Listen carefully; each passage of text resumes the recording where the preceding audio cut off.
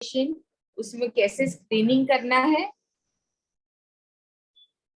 और आपके जो लेबर रूम प्रोटोकॉल्स क्या है, क्या फॉलो करना, क्या आपकी सेफ मतलब बर्थ चेकलिस्ट है और सेफ सर्जिकल चेकलिस्ट है, ये सब बताया गया है। सपोज पेशेंट आपकी आती है, लेबर में है, पीवी करना है, तो ऐसा तो नहीं कि हम लोग तुरंत पेशेंट आई लेटाए और फट से किसी भी तरह से पीवी इनिशिएट कर दिए। कुछ प्रोटोकॉल्स होते हैं वो हम लोग को फॉलो करना है, बिकॉज एएनसी पीरियड एक ऐसा पीरियड है जिस समय पेशेंट की इम्यूनिटी कम। Am I audible? Am I audible? Yes ma'am, you are. Okay. तो उस समय पेशेंट की इम्यूनिटी बहुत कम होती है और इन्फेक्शन होने के चांसेस ज्यादा होते हैं, और कोई भी इन्फेक्शन इस समय होता है तो वो मदर और बेबी दोनों के लिए बहुत खतरनाक हो सकता है। तो हम आज आपको बताएंगे procedure for PV examination. Next slide, next slide. तो अब आपको पीवी एग्जामिनेशन करना है तो उसके लिए आपके पास क्या क्या रिक्वायरमेंट होनी चाहिए। तो सबसे पहले कोई भी एग्जामिनेशन हम लोग करते हैं, ये हम लोग को पता है कि whenever we examine, before and after examining the patients, we have to do hand washing. Hand washing is very very important, नहीं तो आपका इन्फेक्शन पेशेंट को जाएगा। तो हैंड वॉशिंग के लिए आपको क्या चाहिए, एक तो रनिंग वाटर सप्लाई होना चाहिए, दूसरा सोप, चाहे वो लिक्विड सोप हो या वैसे वाला सोप हो, कोई किसी भी तरह का सोप हो, तो उससे आप हैंड वॉश किए। फिर आपको एंटीसेप्टिक सोल्यूशन चाहिए, आपको ग्लव्स चाहिए, आपको किडनी ट्रे चाहिए, ये पीवी पीवी ट्रे जो आप लगाते हैं उसके बता रहे हैं, और आपको स्टेराइल गॉज पीस चाहिए। तो हैंड वॉशिंग का एक प्रॉपर टेक्निक होता है, हम लोग सुमन के टेक्निक से हैंड वॉश करते हैं। तो आपको पता है सुमन के टेक्निक? किसी को पता है तो बताए, कोई बताएगा? Anyone wants to tell hand washing technique by सुमन के टेक्निक? मैम अभी आपको नहीं पता है? मैम बोल रहे हाँ हैं बताओ। मैम हाँ बताओ बताओ। सीधा, देन उल्टा, उसके बाद मुट्ठी, अंगूठा, उसके बाद कलाई। Yes ma'am. और नाखून कहाँ है? मैम सुमन के अकॉर्डिंग ऐसी बताए थे। हाँ तो क्या बताए, सीधा बताए, उल्टा बताए, मुट्ठी बताए, अंगूठा बताए, तो एंड से क्या बताए? नेल। हाँ नेल, और फिर कलाई। तो उसमें अब सुमन के टेक्निक से आप हैंड वॉश करने जा रहे हैं, तो बेस्ट होता है जो आपका हैंड वॉश एरिया होता है वहां जो आपको रनिंग वाटर सप्लाई मिलना चाहिए। अगर एल्बो टैप रहती है जिसको आप एल्बो से ओपन और क्लोज करें तो उसको हम लोग बेहतर मानते हैं। अगर नहीं है तो फिर आप उसको मतलब कोई भी स्टेराइल गॉसपीस या टॉवल से फिर बाद में क्लोज करेंगे हैंड वॉश करने के बाद। तो अब आपको सोप एंड वाटर से जब आपको सोप और वाटर से जब आप हैंड वॉश करेंगे तो 40 सेकेंड्स तक करना है आपको। और अगर आप 70% अल्कोहल से कर रहे हैं तो आप उसको 20 to 30 सेकेंड कर सकते हैं। लेकिन ये देखना है कि अगर आपके हाथ डर्टी है, उसमें कुछ ब्लड या पस या इस टाइप का कुछ भी लगा है, तो इट इज ऑलवेज बेटर कि आप सोप एंड वाटर से हैंड को वॉश करें। तो आपने लिक्विड सोप हाथ में लिया और फिर आप उसको, ये सीधा हुआ आपका, तो कम से कम आप अगर 8-10 बार ऐसे करते हैं सीधा, फिर आप उल्टा करके करेंगे। आपने उल्टा किया इस हाथ में, आपने उल्टा किया इस हाथ में, इसको भी आप 8-10 बार करिए। ठीक है, सीधा उल्टा। अब आपकी आ गई मुट्ठी इधर और इधर, ये आपका आ गया अंगूठा। अंगूठा को अच्छे से क्लीन किया आपने इस हाथ का और इस हाथ का। फिर आपके नेल्स, तो आपने नेल्स को अच्छे से क्लीन किया, इधर इस हाथ का और इस हाथ का। फिर आपने इस हाथ की कलाई क्लीन की और आपने इस हाथ की कलाई क्लीन की। तो जब आप हर एक मूवमेंट समझ लिए 8 से 10 बार कर रहे हैं, तो जब तक आपका प्रोसीजर कंप्लीट होगा 40 सेकेंड्स हो जाएगा। अगर आप सर्जरी के लिए वॉश हो रहे हैं तो फिर आपको एल्बो तक वॉश करना पड़ता है। अभी आप पीवी एग्जामिनेशन के लिए है तो सिर्फ यहाँ तक आप वॉश कर रहे हैं। इतना भी चल जाएगा, ठीक है। फिर आपने हैंड टैप के नीचे आपने हाथ दिखा के वो इस तरीके से वाटर रन करेगा ऊपर से नीचे की तरफ। तो जो साफ एरिया से गंदे एरिया की तरफ जा रहा है, ऐसे हाथ को उल्टा नहीं करना है। तो फिर इधर डर्टी वाटर इधर से लेके फिंगर तक आएगा। तो इस तरीके से हुआ। अगर आपके यहाँ ड्रायर है तो आप उसके एयर ड्राई करिए हाथ को, या फिर आपके पास कोई स्टेराइल टॉवल वहां रखा है तो उससे आप हैंड्स को ड्राई कर सकते हैं। अब उसके बाद आप ग्लव्स पहनेंगे। ग्लव्स पहनने का एक प्रॉपर प्रोसीजर होता है। ग्लव्स मैं मंगवाती हूँ अभी, फिर आपको बताती हूँ, तब तक आगे बता दे रही हूँ। तो अब आप पीवी, आपने हैंड वॉश कर लिया, पीवी करने जा रहे हैं, तो पीवी ट्रे लगाने, आप पीवी ट्रे में क्या क्या होना चाहिए बताइए, आप अपने मन से सोच के बताइए। आप पीवी करने जा रहे हैं, आपका पीवी ट्रे में एक ग्लव्स रख दो मेरे को। पीवी ट्रे में आपका क्या क्या होना चाहिए, सोच लो, तुमको क्या क्या चाहिए। माइक का बटन होगा आप लोगों के फोन के नीचे हाँ, में, अनम्यूट करके अनम्यूट on- करके बताओ। हाँ, बहुत सिंपल है ये तो। Sterile gloves, very nice, you need sterile gloves. और antiseptic solution like very nice, you betadine, need antiseptic solution. Yes, एक K-basin, हाँ, K-basin, kidney tray, क्या बोल रही है? kidney tray, kidney tray, yes, kidney tray चाहिए। हाँ, चलो ये रख दो, किडनी ट्रे। और cotton swab, कॉटन स्वाब। और कॉटन स्वाब लिए तो किसी चीज से पकड़ोगी उसको, yes ma'am, forceps, sponge holder, forceps से नहीं पकड़ेंगे, स्पंज होल्डर। तो ये Sponge आपका holder. किडनी ट्रे में आपको इतना सामान रखा हुआ मिलना चाहिए। अब आप हैंड वॉश करके आई हैं और आपको ग्लव्स पहनना है, तो आप ग्लव्स का पैकेट कोई खोल के उसमें ऊपर वाला पैकेट जो वो अनस्टेराइल है, तो वो कोई उसको ओपन करके वो आपको देगा, अंदर वाला स्टेराइल है। तो अब आप उसको खोलेंगी, एक में राइट लिखा है, एक में लेफ्ट लिखा है, और वो इस तरीके से टर्न है। आपका एम ये होना चाहिए जो उसका ऊपर वाला पार्ट है जो बाहर की तरफ रहता है उसको आप टच ना करें, राइट। म्यूट हो गई। उसको आप खाली हाथ से टच नहीं करेंगे। मैम आप पहन के दिखा रहे हैं क्या? हाँ, अच्छा, ये अब तुम लोग अलग से दिखाओगे? नहीं नहीं नहीं नहीं, मैम हम आपको ना स्पॉटलाइट में किए हैं, तो क्या हो जाएगा ना, अच्छा। स्क्रीन बड़ा हो जाएगा। क्या नाम है, गिरीश जी आप स्क्रीन बंद कर दो, शेयर करना थोड़ा। हाँ तो मैम आप स्पॉटलाइट में हैं, आपने देख सकते। ये राइट साइड का ग्लव्स हमने लिया है पहले, राइट? नहीं, ये तो लेफ्ट हैंड का, ये राइट साइड का ग्लव्स हमने लिया है। देखो, am I visible to all of you? Yes, ma'am. Okay, तो अब ये आपका राइट हैंड में आपको डालना है। आपने इस तरह से पकड़ा है इसको, ये इस तरीके से फोल्डेड है ना ऊपर वाला पार्ट। अब आप इसको ऐसे कोन शेप में हाथ इसमें आपने डाला और फिर एडजस्ट करते हुए इसमें फिंगर डाला, और ये जो आपका मुड़ा हुआ हिस्सा है इसको अभी ऐसे ही छोड़ दीजिए, आपको टच नहीं करना है इसको, राइट। अब आपने ये हाथ का जो है बेटा दूसरा पकड़ा लेफ्ट साइड का, और ऐसे कोन शेप में फिंगर इसमें डाला और इस ग्लव्स को पहन लिया। अब ये जो ऐसे मुड़ा हुआ दिख रहा है इसको आपने स्ट्रेट कर लिया। अब ये जो मुड़ा मैम हुआ मैम है, आपका हाथ थोड़ा कैमरे के साइड ले आइएगा अच्छा ना। अच्छा, अब है, अब दिख हाँ रहा है। हाँ हाँ हाँ हाँ। तो अब ये वाली फिंगर से ये जो अंदर डालेंगे और इसको स्ट्रेट कर लेंगे, राइट। तो this is the correct technique of wearing gloves. अब आपने ग्लव्स पहन लिया, you will not touch anything. अब आपके हाथ, मतलब ये आपके स्टेरिलाइज हैंड है, ये आपके ऐसे ही रहेंगे। अब आपके पास जो स्पंज होल्डर और वो स्वॉब आप लेंगी, एंटीसेप्टिक सोल्यूशन से आपको वल्वा क्लीन करना है। तो आप एक स्वैब ली, आगे से लेके पीछे की तरफ क्लीन करना है। पीछे से आगे आप लाएंगी तो पीछे एनस है, so that is a dirty area, there is lot of infection. तो पीछे से आगे नहीं करना है।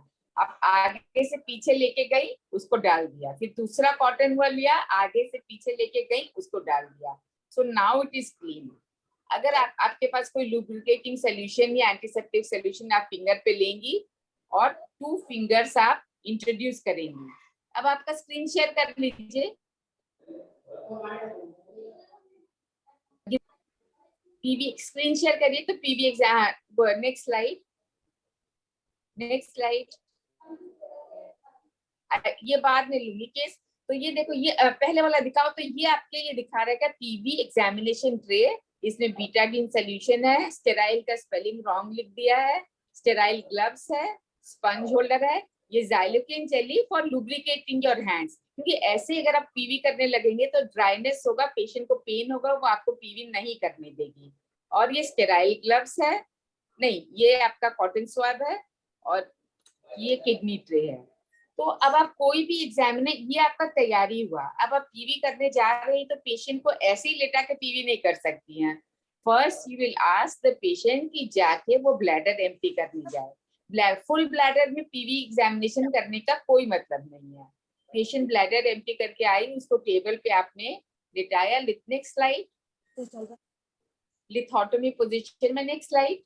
तो bladder must be empty, patient को लेटाया। अब आप पेशेंट से वर्बल कंसेंट, रिटन कंसेंट लेने की जरूरत नहीं है, लेकिन पेशेंट को बिना बताए भी आप कुछ नहीं कर सकते हैं। पेशेंट को बताना पड़ेगा कि देखिए हम आपको अंदर से एग्जामिन करने जा रहे हैं, आपको थोड़ा प्रॉब्लम हो सकता है लेकिन दर्द नहीं होगा, be very comfortable and cooperative, तो आपको कुछ पता नहीं चलेगा। जब आप ऐसा बता के करेंगे तो patient will cooperate with you and you will be successful in your procedure.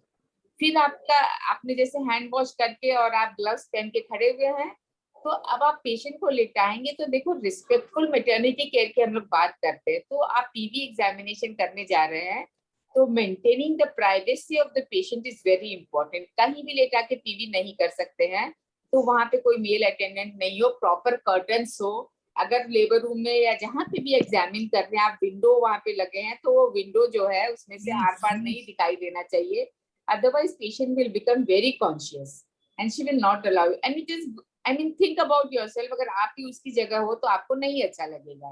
तो patients privacy is very important. फिर मैंने आप जैसे बताया, आपने सुमन के टेक्निक से हैंड वॉश किया और जिस तरीके से दिखाया आपने स्टेराइल ग्लव्स पहना।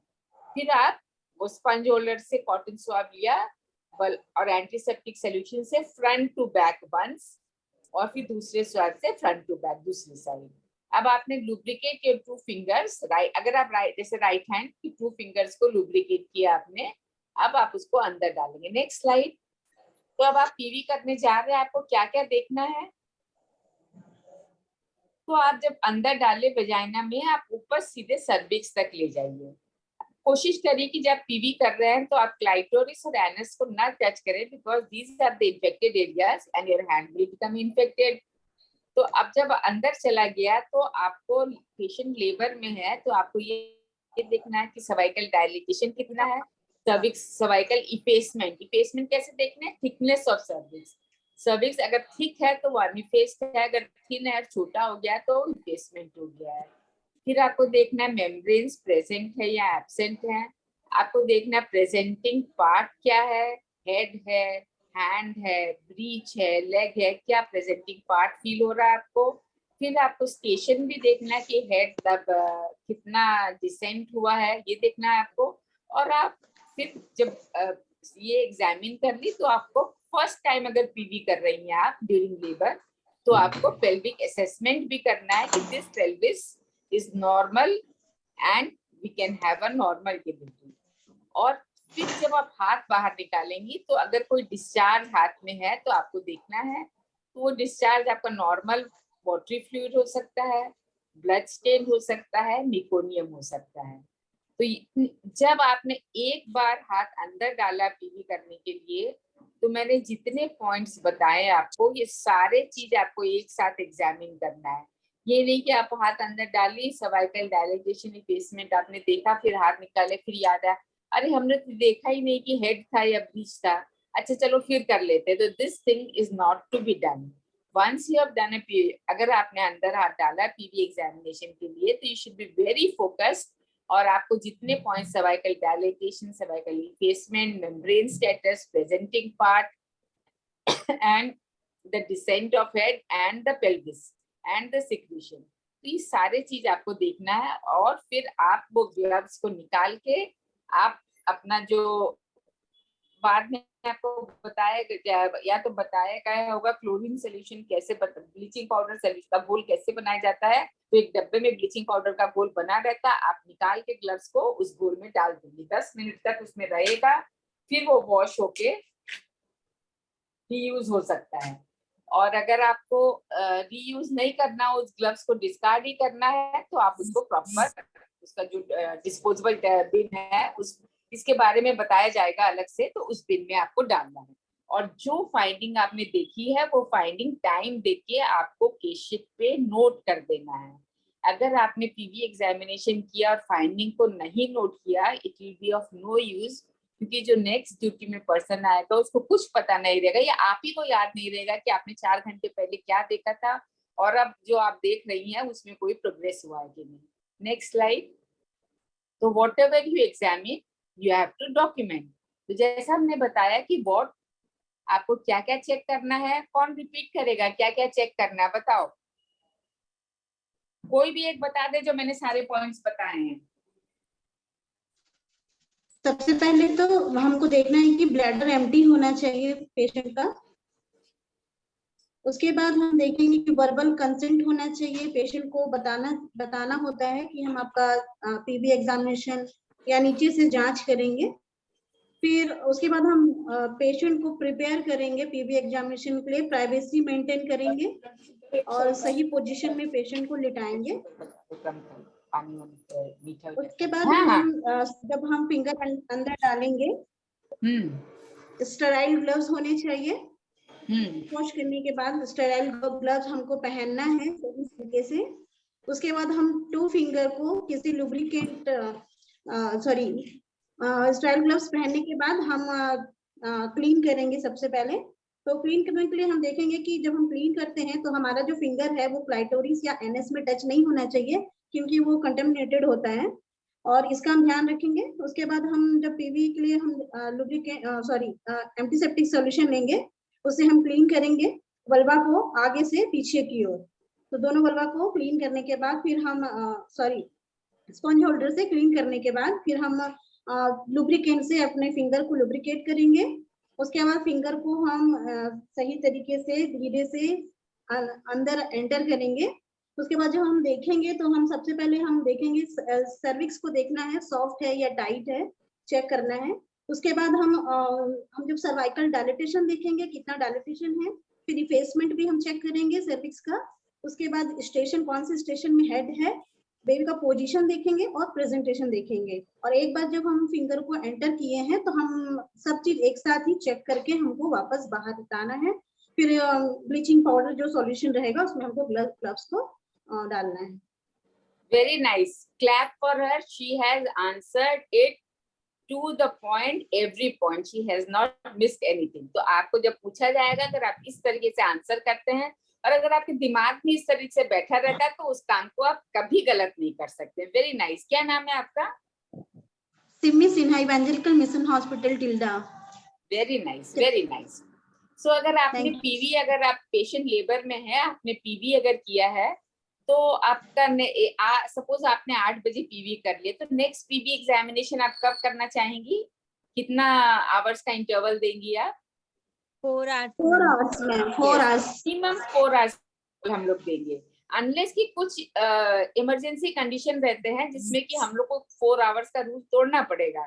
सपोज आपने पीवी किया और उसके 2 घंटे बाद पेशेंट को मेम्ब्रेन रप्चर हो गया, तो मतलब आपको तब करके फिर फर्दर असेस करना पड़ता है। कई बार मेम्ब्रेन रप्चर के बाद कॉर्ड प्रोलैप्स हो जाता है, तो आपको देखना पड़ेगा। या पेशेंट को मतलब आपने किया और एकदम स्ट्रॉन्ग कॉन्ट्रैक्शन आ रहा है, वो 4 आवर्स हुआ नहीं है लेकिन स्ट्रॉन्ग कॉन्ट्रैक्शन आ रहा है, वो बेयर डाउन करना शुरू करती। अगर आप 4 घंटे तक वेट करेंगे तब तो डिलीवरी अपने आप हो जाएगी। तो आपको देखना पड़ेगा कि ये पेशेंट जल्दी प्रोग्रेस तो नहीं कर गई, या फिर आपने पेशेंट को कुछ ब्लीडिंग शुरू हो गया। तो कुछ ऐसे कंडीशन है जिसमें कि आप 4 आवर्स के लिए नहीं वेट करेंगे, अदरवाइज मतलब हम लोग मिनिमम 4 आवर्स गैप देते हैं। अच्छा, कब कब हम लोग पीवी एग्जामिनेशन किस कंडीशन में नहीं करें? अगर ब्लीडिंग हो रहा है, प्लेसेंटा प्रीविया है, पेशेंट ऑफ प्लेसेंटा प्रीविया अगर है तो उसमें अगर मान लो सेंट्रल प्लेसेंटा प्रीविया है और आपने पीवी किया और प्लेसेंटा को डिस्टर्ब किया, तो इतना टोरेंशियल हेमरेज हो सकता है कि पेशेंट को फिर मतलब रिससिटेट करने में बहुत मुश्किल हो जाएगी। तो better to avoid PV in patients of APH. Next slide.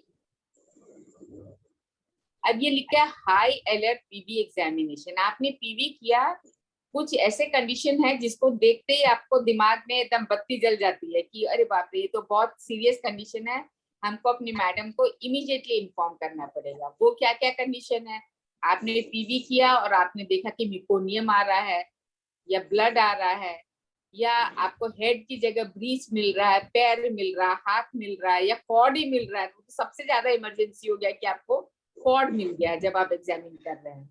या फिर आपने पिछली बार एग्जामिन किया था और अब की बार एग्जामिन कर रही हैं, आप देख रही हैं कि सर्विक्स जितना था उतने पे ही है, कॉन्ट्रैक्शन आ रहा है और डायलेट नहीं कर रहा है, और प्रेजेंटिंग पार्ट भी नीचे नहीं आ रहा, और लेकिन पेशेंट को गुड कॉन्ट्रैक्शन आ रहा। मतलब जब बाद में आपको पार्टोग्राम बताया जाएगा कि 4 आवर्स में आप जहाँ पे एक्सपेक्ट करती हो वहां तक नहीं पहुंचा है, बहुत स्लो प्रोग्रेस है, तब भी आप इन्फॉर्म करेंगे। या फिर आप एग्जामिन कर रही हैं, आप देख रही हैं पेशेंट बच्चे के हेड पे कुछ सॉफ्ट सॉफ्ट और स्वेलिंग जैसा फील हो रहा है, जिसको हम लोग कैप्यूट बोलते हैं। तो कैप्यूट का मतलब कि वो ऑब्स्ट्रक्शन में जा रहा, बच्चा फंसा हुआ, तो this is also warning sign. या मोल्डिंग हो रही है। मोल्डिंग क्या होती है ये बताया जाएगा बाद में भी। जो हम लोग की जो हेड, बच्चे की हेड की बोन्स होती हैं वो जुड़ी भी नहीं रहती है, फ्यूज नहीं रहती है, उनके बीच में गैप्स रहते हैं। तो क्या होता है कि नॉर्मली जब होता है तो वो बोन एक दूसरे के पास आती है फिर ऐसे दूर जाती है, ये नॉर्मल बात है। अगर वो एकदम पास आ गई हैं और नहीं जा रही, या फिर एक दूसरे पे चढ़ गई हैं लेकिन सेपरेट हो रही हैं, चढ़ गई है एक दूसरे पर सेपरेट नहीं हो पा रहा है, इसी से हम लोग मोल्डिंग का ग्रेडिंग करते हैं। तो अगर आपको ग्रेड 2 ग्रेड 3 मोल्डिंग मिल रही है, दैट मीन्स ऑब्स्ट्रक्टेड लेबर में जा रही है। या आपको लग रहा है कि सेफेलोपेल्विक डिस्प्रोपोर्शन, ये क्या होता है? मतलब पेल्विस और हेड के बीच में मैच नहीं हो रहा, या तो हेड साइज बड़ा है, पेल्विस नॉर्मल है आपका लेकिन हेड साइज बहुत बड़ा है, या ऑक्सीपिटल पोस्टीरियर पोजीशन में है, या ब्राउ में है, जिसकी वजह से उसका एंगेजिंग डायमीटर बड़ा हो गया, तो ये सीपीडी में चला जाएगा। या पेल्विस छोटा है और हेड साइज बड़ा है, तो मतलब disproportion between the presenting part और पेल्विस। या आप पीवी नॉर्मली क्या होता है, जब गुड कॉन्ट्रैक्शन आ रहा है, नॉर्मल लेबर प्रोग्रेस हो रहा है, तो cervix is well applied on the presenting part, एकदम वेल अप्लाइड रहता है। लेकिन अगर लेबर प्रोग्रेस नहीं कर रहा, ऑब्स्ट्रक्शन में जा रहा है और प्रेजेंटिंग पार्ट नीचे नहीं आ रहा है, तो सर्विक्स क्या होता है, वो वेल अप्लाइड नहीं होता, वो लूज और हैंगिंग, ऐसे लगेगा लटका पड़ा हुआ प्रेजेंटिंग पार्ट की तरफ, और उसमें थिकनिंग शुरू हो जाती है, मतलब वो इडिमेटस हो जाता है। These are signs of going into obstructed labor. So this is also a high alert for, आप अपनी मैडम को इन्फॉर्म करेंगे, मैडम लग रहा है कि कुछ प्रॉब्लम है, सर्विक्स जो है लूज हैंगिंग है और वो थिक होता जा रहा है, इडिमेटस होता जा रहा है। या आप जब पीवी कर रहे हैं तो vagina is dry and hot. Normally vagina moisture वहां पे मतलब मॉइसन रहता है, वो ड्राई नहीं कभी आपको फील होता एग्जामिन करने में। तो dry hot vagina is also a sign of obstructed labour. तो आपको इसमें से कोई भी फाइंडिंग मिलेगी, डिकोनियम, blood stain liquor, abnormal presenting part, cord prolapse, cervix dilate नहीं हो रहा, प्रेजेंटिंग पार्ट नीचे नहीं आ रहा, बिग कैपुट मिल रहा है, cervix is loose hanging and oedematous, dry hot vagina, तो आप अलर्ट होकर अपनी मैम को इन्फॉर्म करेंगे। These are high alert PV examination findings. Next, तो प्रोसीजर, नेक्स्ट स्लाइड। तो की मैसेजेस क्या है पीवी एग्जामिनेशन के? हमको कंसेंट लेना है, पेशेंट को वर्बली बताना है, किसी भी पेशेंट को बिना इन्फॉर्म किए आप नहीं एग्जामिन कर सकती हैं, उसकी मर्जी के खिलाफ आप उसको नहीं एग्जामिन कर सकती हैं। और bladder should always be empty before PV examination. Proper hand washing technique by Suman के टेक्निक। फिर पेशेंट्स के साथ आप कॉर्डियली बात करते रहिए, तो उससे उसका कॉन्फिडेंस बना रहेगा और वो आपके साथ कोऑपरेट करेगी। स्टेराइल ग्लव्स जो हमने प्रॉपर टेक्निक बताया उससे, फिर स्वैब से आप आगे से पीछे की तरफ क्लीन करेंगी, और एक बार अगर फिंगर डाली है तो आप सारे फाइंडिंग्स चेक करेंगी। Next, next slide. Girish ji slide change करिए।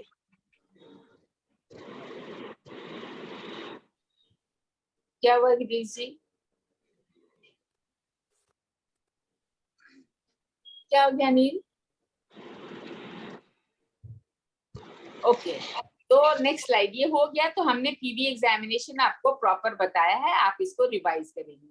अब एक नेक्स्ट इम्पोर्टेंट चीज आता है स्टैंडर्ड 6, इसमें बताते हैं रिस्पेक्टफुल मैटरनिटी केयर। ये बहुत बड़ा टर्म है, आजकल बहुत मतलब हाइप में भी है, और ये होना भी चाहिए। बिकॉज जो प्रेग्नेंट लेडी होती है वो आपके पास जब लेबर में आ रही है या आपको दिखाने आ रही है, बहुत विश्वास के साथ आ रही है, और वो मेंटली वो बहुत वीक हो चुकी है इस समय, क्योंकि वो इस समय पेन में है, और उसको चाहिए कि जो भी उससे बात करे अच्छे से बात करे, अच्छे से डील करे, ताकि उसका मेंटल स्ट्रेस कम हो, और उसको कॉन्फिडेंस हो कि आप उसको प्रॉपरली हैंडल कर पाएंगे। तो every lady deserves respectful and supporting care. Next slide. Next slide. तो पेशेंट आपके पास आएंगे तो आप कैसे कैसे क्या आप चीज उसको करेंगी कि पेशेंट को लगेगा कि हाँ मेरे साथ अच्छा काम हुआ, इन्होंने मेरे को रिस्पेक्ट दिया, and I have not been ill treated. तो एक ये बात कर रहे हैं बर्थ कंपेनियन की, इसके बारे में हम लोग डिटेल में बात करेंगे। तो ये बर्थ कंपेनियन कौन होता है, इसको क्या चीज पता होनी चाहिए, और इसका क्या रूल होना चाहिए। तो ये स्टैंडर्ड जो डिफरेंट वेरिफिकेशन क्राइटेरिया, हम लोग इसको डिटेल में डिस्कस करते हैं। Next slide. तो रेस्पेक्टफुल मैटरनिटी केयर क्यों चाहिए? अगर आप पेशेंट को जो जो हमने बताया कि प्रॉपर वे से बात करते हैं, उसको कंफर्टेबल कर देते हैं, वो पेशेंट को आप कॉन्फिडेंस डेवलप होता है। तो what will happen is that the use of analgesia, जो पेन किलर और एनेस्थीसिया जरूरत पड़ती है, प्रोलॉन्ग लेबर के चांसेस, एपिजोटोमी देने के चांसेस, सिजेरियन के चांसेस, पेशेंट का लंबा हॉस्पिटल स्टे, या admission of baby to newborn unit, या न्यूबॉर्न सेप्सिस, या एंजाइटी ड्यूरिंग लेबर, ये सब चीज कम हो जाते हैं, क्योंकि पेशेंट का आप पे कॉन्फिडेंस रहता है, उसको पता है कि ये मेरे लिए जो करेंगी अच्छा करेंगी, और ये मेरे और बच्चे के लिए अच्छा रहेगा, तो वो आपके साथ फुली कोऑपरेट करेगी। तो इन सब चीजों की, इससे कई बार क्या होता है ना कि पेशेंट नहीं घबरा जाते कि नहीं बहुत पेन हो रहा है और मैं समझ नहीं पा रही हूँ, बच्चे को दिक्कत हो सकता है, आप मेरा सिजेरियन कर दीजिए। मतलब हम लोग को लगता है कि ये नॉर्मल हो सकता है, लेकिन पेशेंट इतना परेशान हो जाती है सब चीज से कि वो सिजेरियन हम लोग को करना पड़ जाता है। तो if we are very supportive towards the patient, सारे जो इतने हमने चीजें बताई, इन सब के कॉम्प्लिकेशंस होने के चांसेस बहुत कम हो जाते हैं। Next slide. तो emotional support during labour is very very important, plus a birth companion. अब ये बर्थ कंपेनियन क्या होता है? तो कुछ ही कह रहे हैं कि रिस्पेक्टफुल मैटरनिटी केयर कुछ यूनिवर्सल राइट्स होते हैं चाइल्ड बेयरिंग वुमेन के, जो आपके पास आ रही है चेकअप कराने के लिए या डिलीवरी के लिए। क्या राइट्स होते हैं वुमेन के? No one can physically harm you. आप किसी भी प्रेग्नेंट लेडी, वो आपको दिखाने आई है या डिलीवरी के लिए आई है, तो आप, वो वुमेन का राइट है कि आप किसी भी तरह से उसको कोई नुकसान नहीं पहुंचा सकते हैं। No one can force you or do things to you without your knowledge and consent. आपको पेशेंट को एग्जामिन करना है, चाहे आप सिंपल पर एब्डोमेन एग्जामिनेशन कर रहे हैं, या पीवी एग्जामिनेशन कर रहे हैं, या उसका ब्लड सैंपल ले रही हैं, आपको पेशेंट को बताना पड़ेगा देखिए आप लेट जाइए, अभी हम आपको ऊपर से पेट से एग्जामिन करेंगे, देखेंगे आपका बच्चा ठीक है कि नहीं। या पीवी करना है तो आपको अंदर से एग्जामिन करके देखेंगे कि बच्चेदानी का मुंह कितना खुला है, बच्चा कितना नीचे आया, आपका डिलीवरी कितनी देर में होने वाला हुआ। आपको इससे नहीं दर्द होगा, आप कोऑपरेट करेंगी तो हम आपका अच्छे से सब काम करेंगे। तो कोई भी काम आप करें, अगर आप पेशेंट को इन्फॉर्म करके करती है तो पेशेंट कोऑपरेट करेगी, और बाद में झगड़ा भी नहीं होगा, क्योंकि पेशेंट बोलेगी हाँ इन्होंने मुझे बताया था और हमने कंसेंट दिया तभी किया। अगर कोई पेशेंट कह देती है कि नहीं I don't want PV examination, तो आप उससे जबरदस्ती पीवी एग्जामिनेशन नहीं कर सकती। आप उसके साथ और जो अटेंडेंट होंगे उनको बताएंगे, पेशेंट को काउंसिल करेंगे, उनके साथ के अटेंडेंट को बोलेंगे प्लीज इनको समझाइए कि ये कोऑपरेट करे, अगर ये कोऑपरेट करेगी तभी हम लोग हेल्प कर पाएंगे। तो unless the patient gives consent you can not do anything to her. No one can expose you और योर पर्सनल इंफॉर्मेशन। तो प्रेग्नेंट पेशेंट्स आप जब एग्जामिन कर रहे हैं तो आपको उसकी प्राइवेसी का बहुत ज्यादा ध्यान रखना है कि आप उसको क्लोज रूम में एग्जामिन कर रहे हैं, वहां पे अगर आपके लेबर टेबल्स 5-6 लेबर टेबल्स लगे हुए हैं तो 2 लेबर टेबल के बीच में कर्टन्स हैं, अगर वहाँ खिड़की दरवाजा बंद है, अगर खिड़की में विंडो में आपके ग्लासेस लगे हैं तो ग्लासेस सी थ्रू ग्लासेस ना हो। Patient should be comfortable that she has her privacy is maintain, और वहां मतलब कोई उसको ये ना लगे कि मेरे साथ कुछ जोर जबरदस्ती टाइप का चीज हो गया है। तो every lady has the right to be treated with dignity and respect. जैसे हम चाहते हैं कि हर कोई हमसे प्यार मोहब्बत से बात करे तो हमको अच्छा लगता है, तो वो तो प्रेग्नेंट पेशेंट है, वो इस समय परेशानी में है, तो she deserves all the respect and care. Next slide, change the slide. Okay, so no one can discriminate because of something they don't like about you. अब आपके पास एक कोई पेशेंट आई, वो गांव से आई है, बेचारी बहुत पुअर है, आपको देखने में भी बहुत अच्छी सी नहीं लग रही है, और या उसका कोई डिफरेंट रिलीजन कास्ट, तो इसकी बेसिस पे आप पेशेंट को अब्यूज नहीं कर सकते हैं या उसको अपशब्द नहीं बोल सकते हैं, चाहे वो पेशेंट बहुत रिच या रिस्पेक्टेबल फैमिली के, या वो कोई भी किसी भी क्लास के पेशेंट हो, किसी भी कलर का, क्रीड, कलर, रिलीजन, इस बेसिस पे आप किसी को बिल्कुल discriminate, all patients are equal for us. You are a healthcare worker, she is a patient, nothing more than that. You have to give equal respect to all of them. No one can prevent you from getting the maternity care you need. तो कोई भी pregnant patient है, ये उसका right है, उसका ये right है कि उसको मैटरनिटी केयर मिले, प्रॉपर एग्जामिनेशन, प्रॉपर डिलीवरी, चाहे वो प्राइवेट सेक्टर में करवा पाए या गवर्नमेंट में, लेकिन ये उसका राइट है। आप उसको डिनाई नहीं कर सकती कि नहीं हम आपका डिलीवरी नहीं कराएंगे, आप चले जाइए, because it is a right, someone has to help her. No one can detain you or your baby without your legal authority.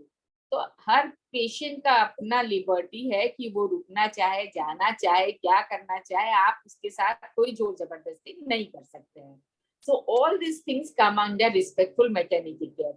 ये इसलिए नहीं करना है कि इसका एक रूल बना हुआ है, लेकिन आप ये सोचिए कि आप अगर रूटीनली सब पेशेंट्स के साथ अच्छे से बिहेव करती हैं, अच्छे से बात करती हैं, प्रॉपर ट्रीटमेंट करते हैं, वो खुश होके जाएगी तो आपके पास वो नेक्स्ट टाइम आएगी, वो और पेशेंट्स को रिकमेंड करेगी, हाँ this people they treat so well, they treated us so well, they behaved so nicely and they treated so nicely, so we will go to this hospital. तो आपके लिए भी अच्छा है। Next slide.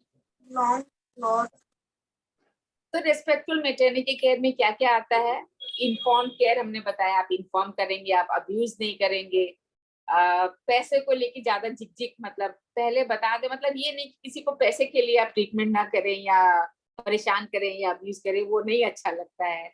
और डिग्निफाइड केयर होना चाहिए, consent होना चाहिए, प्राइवेसी मेंटेन, मतलब जो जो चीज बताई ये सब रेस्पेक्टफुल केयर में आता है। Next slide. So a primary gravida mother with full dilatation has come to your labor room. So how will you follow respectful maternity care? कौन बताएगा? जो पॉइंट्स हम अभी बताएं बस उसी को बताना है। कोई बताएगा?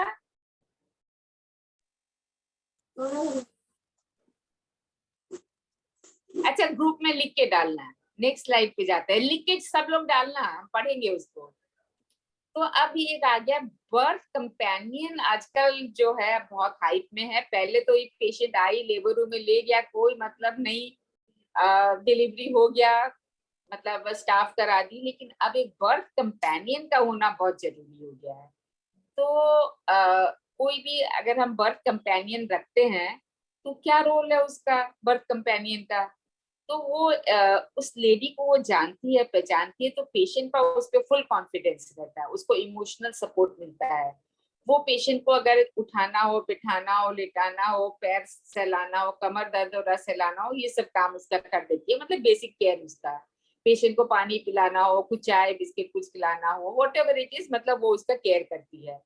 या पेशेंट को कोई कॉम्प्लिकेशन हो गया, आप तो पूरे टाइम पेशेंट के साथ रहती नहीं है, तो जो उसकी हेल्थ केयर जो कंपेनियन उसके साथ रहेगी, पेशेंट को पेन ज्यादा हो रहा है या पानी गिर रहा है या मेकोनियम आ रहा है या ब्लीडिंग हो रहा है, या बच्चा अगर डिलीवरी हो गया तो उसके बाद वो आके बताएगी कि बच्चा दूध नहीं पी रहा है या ज्यादा रो रहा है या सो रहा है, मतलब व्हाटएवर कॉम्प्लिकेशन वो आके आपको बताएगी, आपको इन्फॉर्म करेगी। तो ये बर्थ कंपेनियन का रोल होता है। Next slide. तो वो कंटिन्यूअस 1-to-1 सपोर्ट जो है मदर को देती है during labour and child birth. अब कौन बर्थ कंपेनियन हो सकता है? तो एनी फीमेल, प्रेफरेबली पेशेंट की वो रिलेटिव हो, और वो उसकी बर्थ कंपेनियन हो सकता है। लेकिन अब ये मतलब रिलेटिव में आप मान लो एक 12 साल की लड़की, उसकी छोटी बहन है, उसको तो बर्थ कंपेनियन नहीं बना सकते हैं। वो क्या उसका हेल्प कर पाएगी, क्या इमोशनल सपोर्ट दे पाएगी?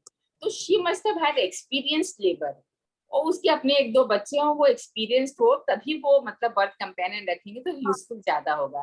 पेशेंट का हस्बैंड भी हो सकता है बर्थ कंपेनियन, या कोई उसकी नोन टू हो, फ्रेंड हो, जिसपे वो करती है।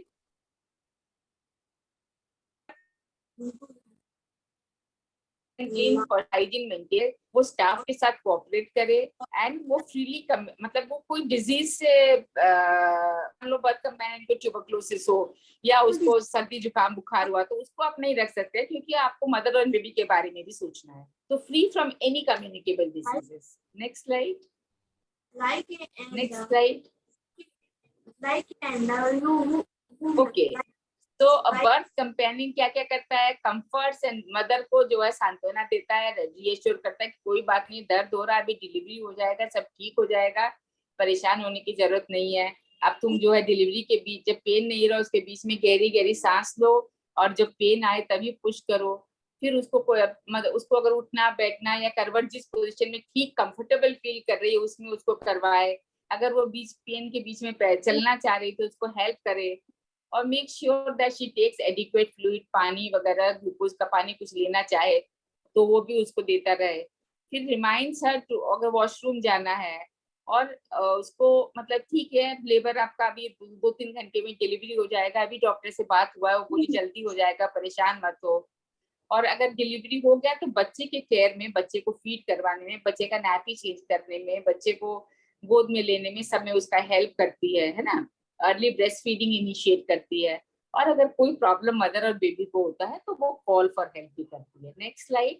सो the role of birth companion is very important, हम लोग को एनकरेज करना चाहिए, क्योंकि ये लोग हम लोग का वर्क इजी कर रहे हैं। हम लोग पूरी टाइम हर पेशेंट के साथ नहीं रह सकते हैं, so they will inform us if there is any problem. अब बर्थ कंपेनियन को कुछ हम लोग को मदर या बेबी में कोई डेंजर साइंस हो तो उसको पता होना चाहिए कि वो इन्फॉर्म कर दे। मदर में क्या क्या हो सकता है? अगर मदर को सडनली बहुत ब्लीडिंग होने लगी, या सिवियर हेडेक, पेट में दर्द, या वॉमिटिंग, या डिफिकल्टी इन ब्रीदिंग, या उसको देखने में दिक्कत हो रही, या झटका आने लगा, या डिस्चार्ज हुआ, या बुखार हो गया, तो ऐसा कुछ भी मदर को प्रॉब्लम होगा तो वो जाके बताएगी। ये डेंजर साइंस है। बच्चे में क्या क्या डेंजर साइन है? बच्चा दूध नहीं पी रहा है, बच्चे को सर्दी जुकाम बुखार हो गया, बच्चा ठीक से सांस नहीं ले पा रहा है, या बच्चा सुस्त हो गया है, या बच्चा देखने में पीला लग रहा है, तो these are all danger signs. Birth companion को पता होना चाहिए कि ऐसा कुछ मिले तो वो जाके इन्फॉर्म करे। Next slide, next slide. तो ये सारे डेंजर साइंस मदर में ही हमने आपको बताया, ये बेबी का है, और वो काउंसिल भी करती है उसकी लेबर पेन में सपोर्ट करे बेबी को। ये नहीं कि कुछ तेल वेल पोत पात के रख दे। फीडिंग कोई मतलब फीडिंग से पहले वो जो जैसे शहद और अजवाइन का पानी कुछ कुछ बच्चे को चटाते हैं वो सब न दे, और ब्रेस्ट फीडिंग वो 1 घंटे के अंदर करवा दे। बच्चे को ठीक से रैप करके रखिए, बच्चा गर्म रहे, ये नहीं कि बच्चे को हाइपोथर्मिया हो जाए। Next slide.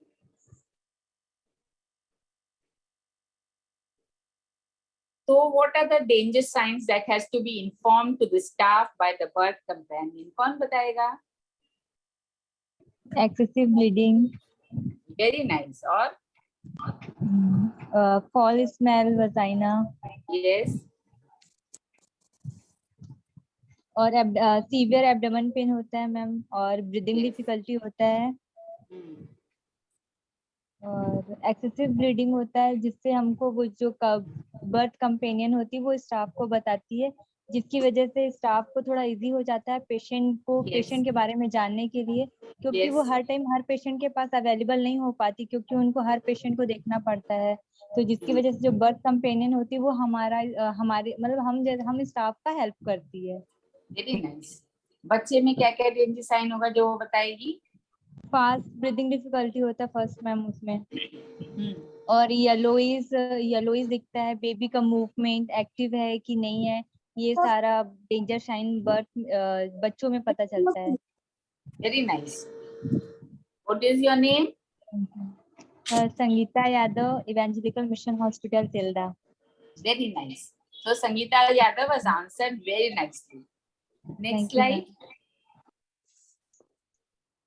तो की मैसेजेस क्या है कि एडमिशन के बाद बर्थ कंपेनियन को आप रखेंगे।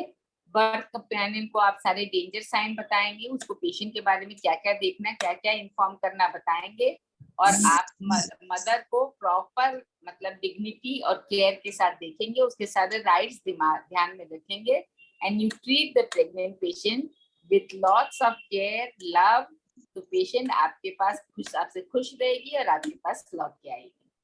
Next slide, I think it's over. So today हम लोग 2 टॉपिक कवर किए, दोनों छोटे छोटे टॉपिक थे लेकिन इंटरेस्टिंग। पीवी एग्जामिनेशन जो कि वेरी इंपॉर्टेंट है, क्योंकि ये तो आपको हर पेशेंट में करना है, तो आपको ये चीज अच्छा। जो जैसे सर्वाइकल डायलिटेशन हमने बताया, तो कैसे देखेंगे आप सर्वाइकल डायलिटेशन?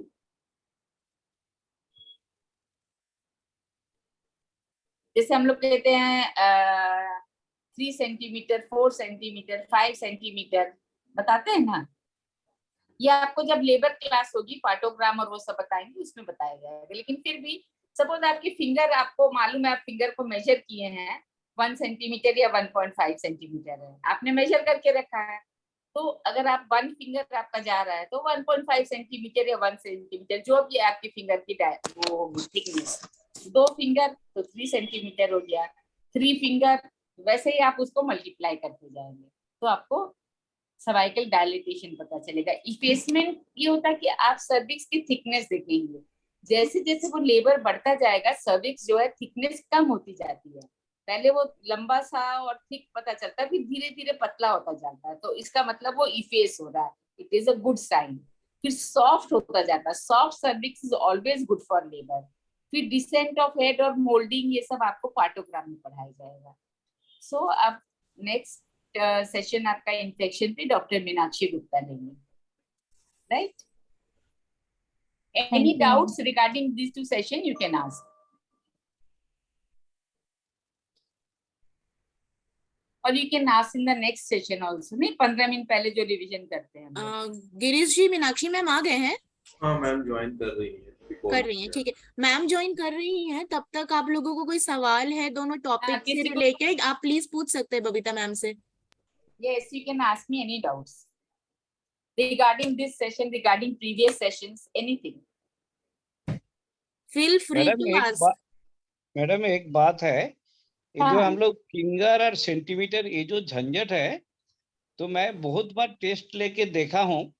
हाँ, जो बहुत बार मैंने साइंटिफिक एरर जो है इसमें बहुत होता है। जो 5 सेंटीमीटर मैं सबको मेजर करने के 10 जन को वो मेजर करने, वेरिएशन उतना रहता है, बिल्कुल आप उससे सही कह रहे अच्छा है जो ना जो फिंगर में रहना जो है, हमारा जो इंडियन टेक्निक है, बहुत सालों से हम लोग फिंगर में करता हूँ, that is better I think. But international मतलब जैसे आप क्या कहना चाह रहे हैं, मतलब 1 फिंगर, 2 फिंगर, 3 फिंगर, ये जो आप बोल रहे हैं, हाँ वो ठीक है, लेकिन 4 फिंगर के बाद आप क्या करेंगे? 4 फिंगर के बाद तो होगा नहीं है, वो तो है।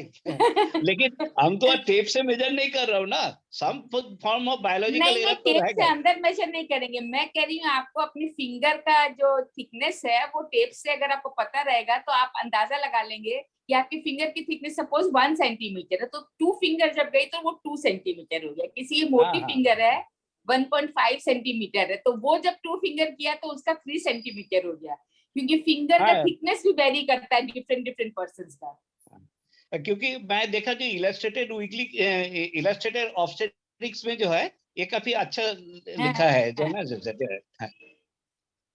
ना नहीं फिंगर वाला भी अच्छा है, जो जिसमें मतलब एंड ऑफ द डे आपको पता होना चाहिए कि क्या हो रहा है। आपको जिस मेथड से पता चल पा रहा है that is good. Yeah. So Dr. Meenakshi Gupta is there. Any doubt? Any more doubt? No ma'am. अच्छा, आपने पीवी किया और आपको अचानक से कॉर्ड मिल गया, कॉर्ड प्रोलैप्स हो गया, क्या करेंगे आप?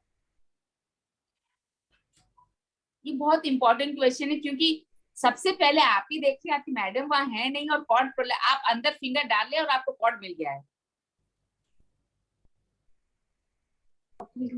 डॉक्टर को इन्फॉर्म करेंगे मैम।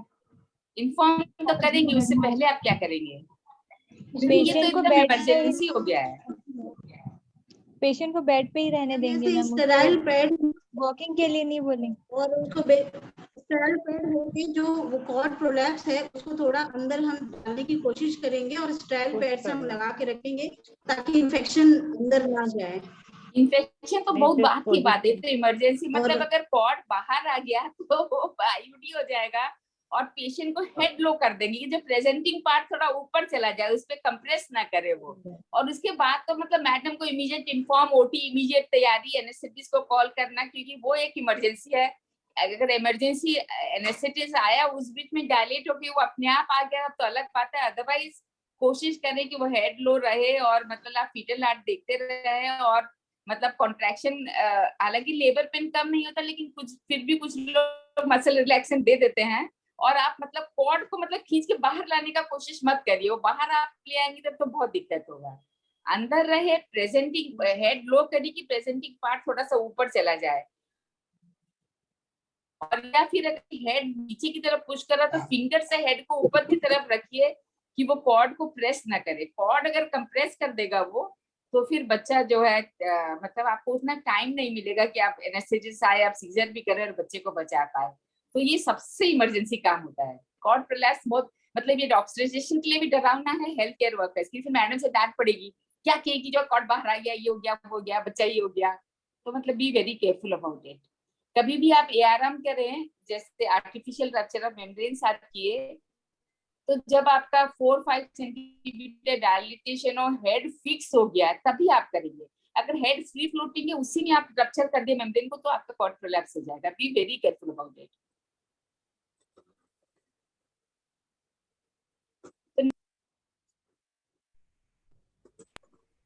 मेरा हो गया। हेलो, आ गई मीनाक्षी जी। हेलो। हाँ हाँ बबीता, ठीक है, आप कंटिन्यू करिए। और सब बढ़िया। कॉर्ड प्रोलैप्स के बारे में बता दिया अच्छे से। बस फुट एंड रेज करना है, फुट एंड रेज करना है, रप्चर करने में जल्दी नहीं करनी है। That is very important. Okay, good evening to all. Hello, good evening ma'am. Good evening. Hello, evening ma'am. Good evening. और बबीता ने तो काफी कवर कर दिया है। अब हम लोगों का टॉपिक है prevention of infection, universal protocol for prevention of infection. Prevention protocols, क्या क्या आपको प्रिवेंशन प्रोटोकॉल्स। आज बबीता जी ने आपको बताया पीवी एग्जामिनेशन के बारे में और रेस्पेक्टफुल मैटरनिटी केयर के बारे में। तो पीवी एग्जामिनेशन में काफी कुछ इन्फेक्शन प्रिवेंशन के बारे में बता दिया गया है और जो यूनिवर्सल और जो प्रिकॉशंस है हैंड सैनिटाइजेशन के अलावा उसको हम इसमें कवर करेंगे। और आप अपना ओटी कैसे स्टेलाइज करेंगे, इंस्ट्रूमेंट कैसे करेंगे, ये सब चीज़ों के बारे में बताएंगे कि जिससे इन्फेक्शन ना हो। ओके, तो स्टैंडर्ड क्या क्या है आपके। सबसे पहले आपको क्या चाहिए, instruments and reusable items are adequately and appropriately processed after each use. जो भी आपके इंस्ट्रूमेंट्स हैं और जिनको आपको रीयूज करना है उनको नेक्स्ट यूज करने से पहले अच्छे से स्टेलाइज करिए। तो उसके लिए आपको फैसिलिटीज में क्या जरूरत है, स्टेलाइजेशन की स्टेलाइजर चाहिए आपको। facility for sterilization of instruments should be available and instrument should be sterilized after each use। Her use के बाद पहले इंस्ट्रूमेंट स्टेलाइज होना है, फिर आपको रीयूज करना है। और तीसरी चीज स्टेलाइजेशन में आपको क्या कहना है, एनवायरनमेंट स्टेलाइज होना चाहिए। जैसे आप जहाँ पे डिलीवरी करा रहे हैं या जहाँ पे ऑपरेशन हो रहा है, जो कुछ भी हो रहा है, तो उस वो एनवायरनमेंट स्टेलाइज होने चाहिए। और जो सरफेस है जैसे डिलीवरी टेबल है या ओटी टेबल है, फ्लोर है, ये सब स्टेलाइज होना चाहिए। तो इन सब का तरीका हम बताएंगे आपको कैसे क्या करना है। दूसरी चीज है बायोमेडिकल वेस्ट का सेग्रीगेशन और उसका डिस्पोजल। बायोमेडिकल वेस्ट आपको सेग्रीगेट करना है, ये टॉपिक हर बार कवर होता है, आप लोगों के हॉस्पिटल में भी बताया जाता है, लेकिन फिर भी कुछ कुछ गड़बड़ करते हैं लोग, तो इसके लिए इसका बहुत ध्यान रखना है। ये सबसे इम्पोर्टेंट टॉपिक है इन्फेक्शन प्रिवेंशन के लिए और आपका एनवायरनमेंट क्लीन रखने के लिए, आपका सब चीज आगे के लिए भी दैट इज वेरी इंपॉर्टेंट। तो उसके लिए आप लोगों के हॉस्पिटल में लगे हुए होंगे कलर कोडेड बैग्स होते हैं, तो उसमें हरा, नीला, पीला, लाल, सफेद तरह तरह के बैग होते हैं। तो आपको इसमें हम बताएंगे कि अलग अलग बैग्स में क्या क्या आपको डिस्पोज ऑफ करना है, ठीक है, और उसका तरीका बताएंगे कैसे डिस्पोज ऑफ करना है, कैसे बायोमेडिकल वेस्ट को आपको अलग अलग करना है और जैसी गाइडलाइन है गाइडलाइन के हिसाब से उसको कैसे डिस्पोज करना है। तीसरा है hand hygiene before and after each procedure. आपको हैंड का स्टरलाइजेशन इज वेरी इंपॉर्टेंट। आप हाथ से ही सब काम कर रहे हैं, यदि आप हाथ से ही इन्फेक्शन पेशेंट को इंट्रोड्यूस कर देंगे तो इन्फेक्शन ही सब मतलब सब सिस्टम ही फेल हो जाएगा। इसलिए आपको हाथ कैसे स्टरलाइज करना है, कैसे ग्लव्स पहनना है और कैसे पीवी करना है और कैसे इंटरनल एग्जामिनेशन सब करना है, ये इसी के बारे में डॉक्टर बबीता ने आपको डिटेल में बताया था। तो इस टॉपिक को हम छोड़ सकते हैं, थोड़ा सा शॉर्ट में बता देंगे। इसके लिए स्टरलाइज ग्लव्स आप और मतलब जो डिलीवरी के टाइम पे आपको पहनने हैं, जो ग्लव्स भी जो हमेशा पहनने हैं वो स्टेराइल ग्लव्स भी पहनने हैं। अभी एवरी इंटरनल एग्जामिनेशन के लिए आपको स्टेराइज ग्लव्स पहनने हैं। Next doctor Monil, next slide. Yes, फिर आपका चौथा स्टैंडर्ड है PPE. PPE means personal protective equipments. तो इसमें पर्सनल प्रोटेक्टिव इक्विपमेंट्स में क्या क्या आते हैं, कोई जरूरी नहीं है जो गाउन है वो पीपीई है, आपका mask, cap, I cover, sterilise gloves और एल्बो के बराबर जब आप एमआरपी करते हैं या डिलीवरी कराने हैं तो आपको एल्बो तक ग्लव्स होना चाहिए। कभी कभी पीपीएच होता है या एमआरपी करना पड़ता है तो आपका पूरा हाथ अंदर तक जाता है, तो एल्बो तक के ग्लव्स चाहिए। और आपको डिस्पोजेबल गाउन या एप्रन या स्टेलाइज्ड गाउन, कोई जरूरी नहीं है डिस्पोजेबल ही हो, और utility gloves for housekeeping. Housekeeping जो स्टाफ होता है जो साफ करता है उसके लिए भी ग्लव्स की जरूरत है। फिर infection control protocol, infection control उसके लिए आपको क्या करना है, इसमें separation of routes of clean and dirty items. तो इसमें क्या होता है कि जैसे आप सामान मतलब जहाँ से स्टेलाइज सामान ले जा रहे हैं वहीं से आपको वेस्ट मटेरियल ले जाना चाहिए। वेस्ट मटेरियल के लिए अलग कॉरिडोर होती है और स्टेलाइज सामान के लिए अलग अलग कॉरिडोर होती है।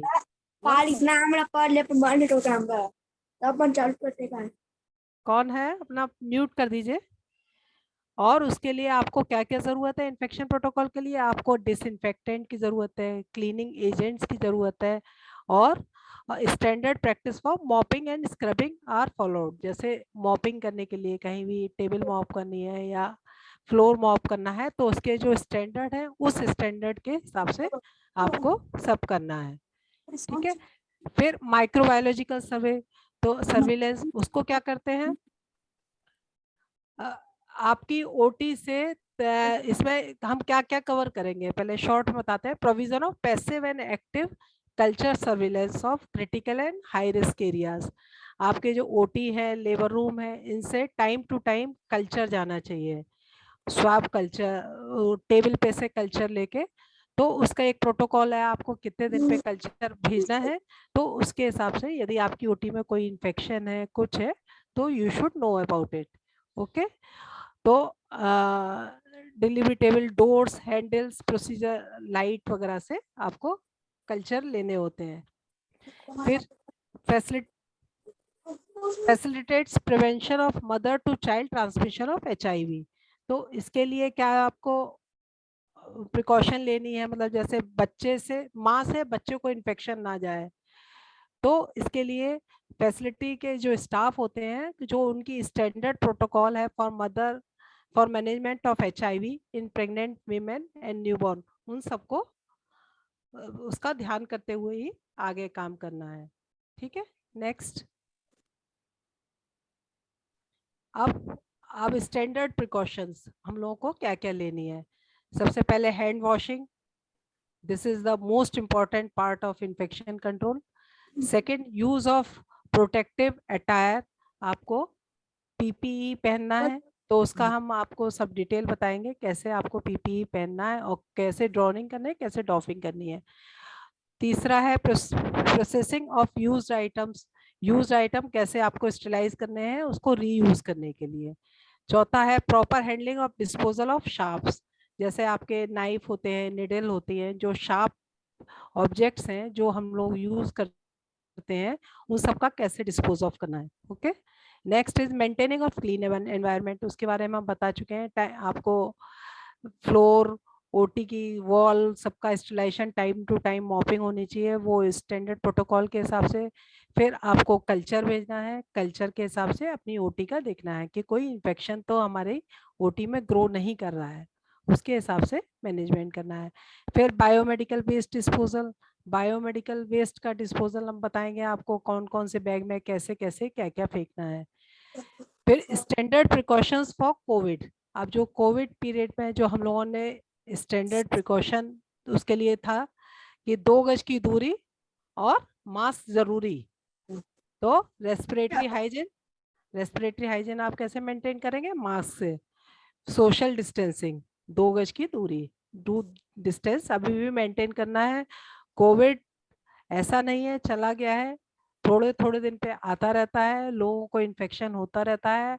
आप यदि प्रिकॉशन लेंगे, आप respiratory hygiene, social distancing maintain करेंगे, तो आपको इन्फेक्शन नहीं होगा। तो इन्फेक्शन से हर हालत में बचना है। Okay, next. हाँ, हैंड, हेलो, हाँ नील, सुनाई दे रहा है ना सब? यस मैम, आ रही है आवाज। Okay okay. सबसे पहला है हैंड हाइजीन, तो उसके WHO के 5 मूवमेंट्स हैं हैंड हाइजीन के। पेशेंट को छूने से पहले आपको हैंड हाइजीन का ख्याल करना है। आप छूने से पहले जरूरी नहीं आप ग्लव्स पहने हर पेशेंट में, लेकिन आपका हैंड सैनिटाइज्ड होना चाहिए। या तो आप फ्रेश वाटर से करिए या आप सैनिटाइजर से करिए। फिर दूसरा है before clean and aseptic procedure, कोई भी आप सेप्टिक प्रोसीजर कुछ ले रहे हैं तो उसके लिए आपको पहले क्लीनिंग करनी है। फिर तीसरा आपको करना है after body fluid exposure risk, जैसे बॉडी फ्लूइड को छूने के बाद फिर आपको हैंड वॉश करना है। विदाउट हैंड वॉश आप किसी चीज को छुएंगे तो वो इन्फेक्शन एक दूसरे से चला जाएगा। फोर्थ इज आपको पेशेंट को छूने के बाद फिर हाथ वॉश करना है, क्योंकि हाथ वॉश नहीं करेंगे तो इन्फेक्शन आप एक जगह से एक पेशेंट से दूसरे पेशेंट में ले जाएंगे। फिफ्थ है आफ्टर टचिंग पेशेंट सराउंडिंग, आपने पेशेंट का बेड छुआ या उसका काउच छुआ, उसका कोई भी चीज छुआ, तो एक स्टाफ को ख्याल करना चाहिए कि हम हाथ सैनिटाइज कर लें। मतलब एक पेशेंट के कमरे में गए हैं, आप दूसरे रूम के जाए उससे पहले हाथ सैनिटाइज करके ही दूसरे पेशेंट को टच करें। Okay, next.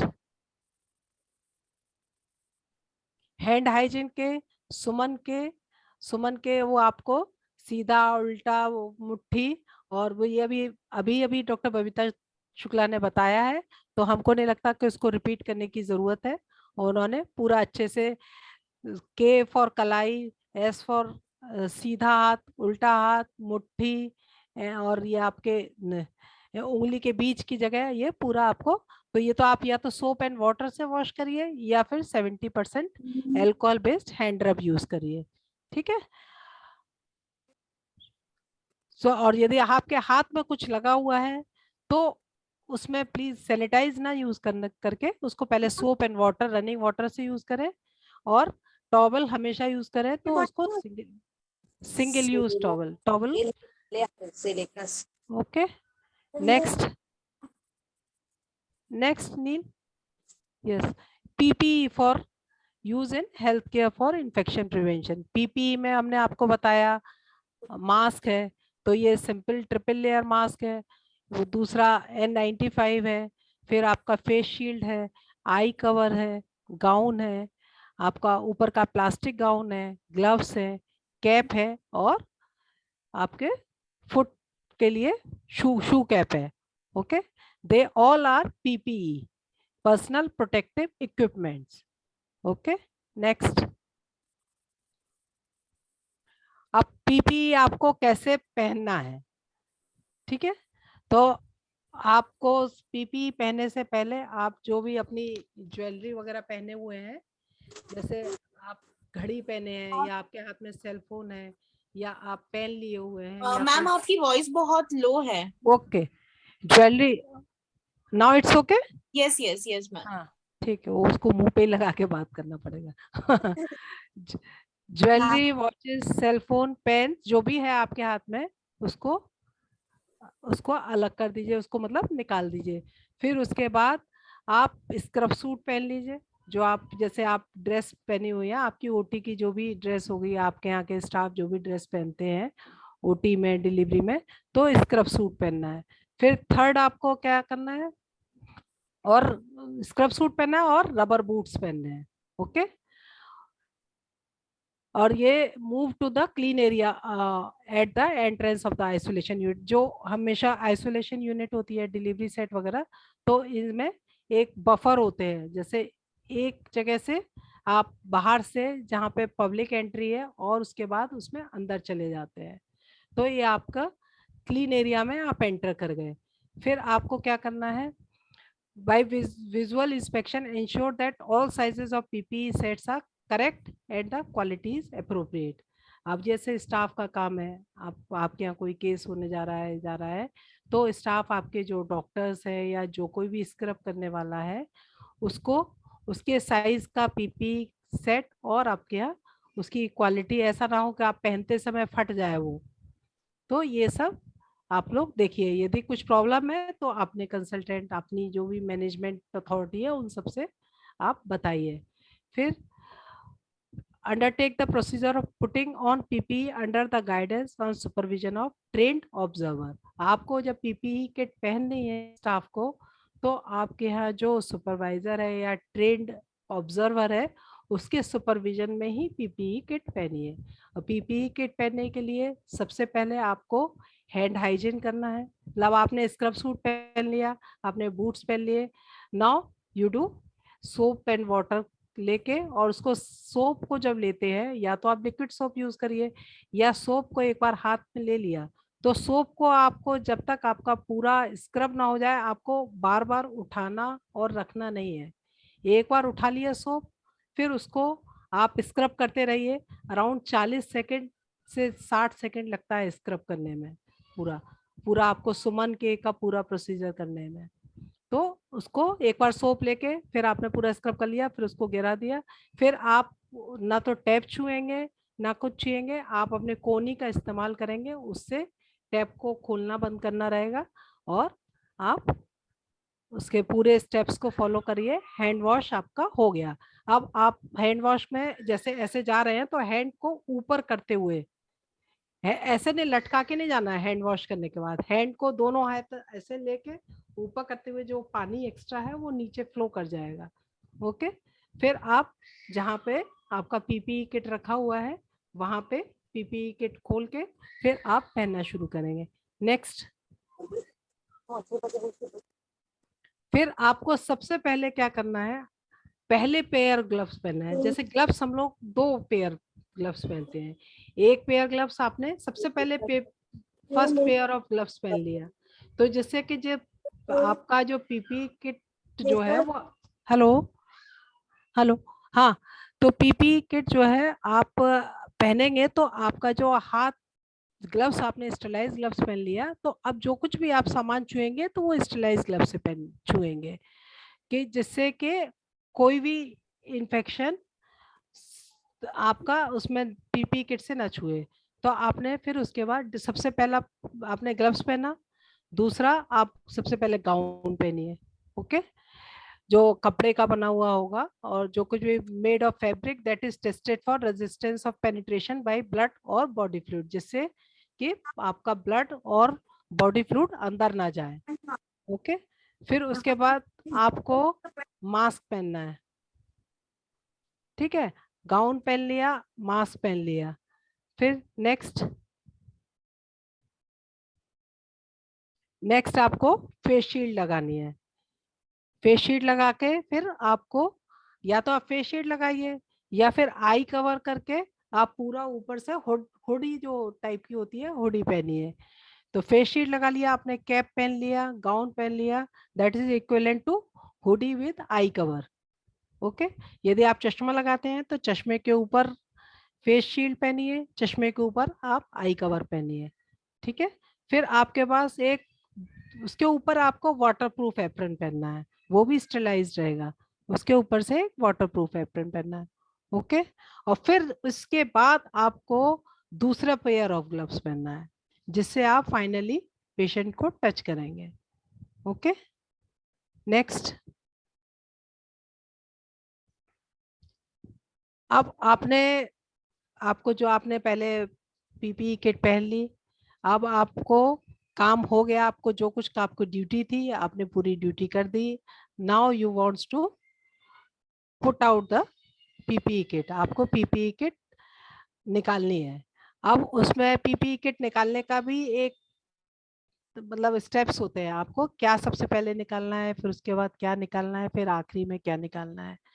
तो अब ये पीपीई किट रिमूव भी करनी है, वो भी आपके हॉस्पिटल में जो भी सुपरवाइजर होगा या ट्रेंड ऑब्जर्वर है उसके सामने ही निकालनी है।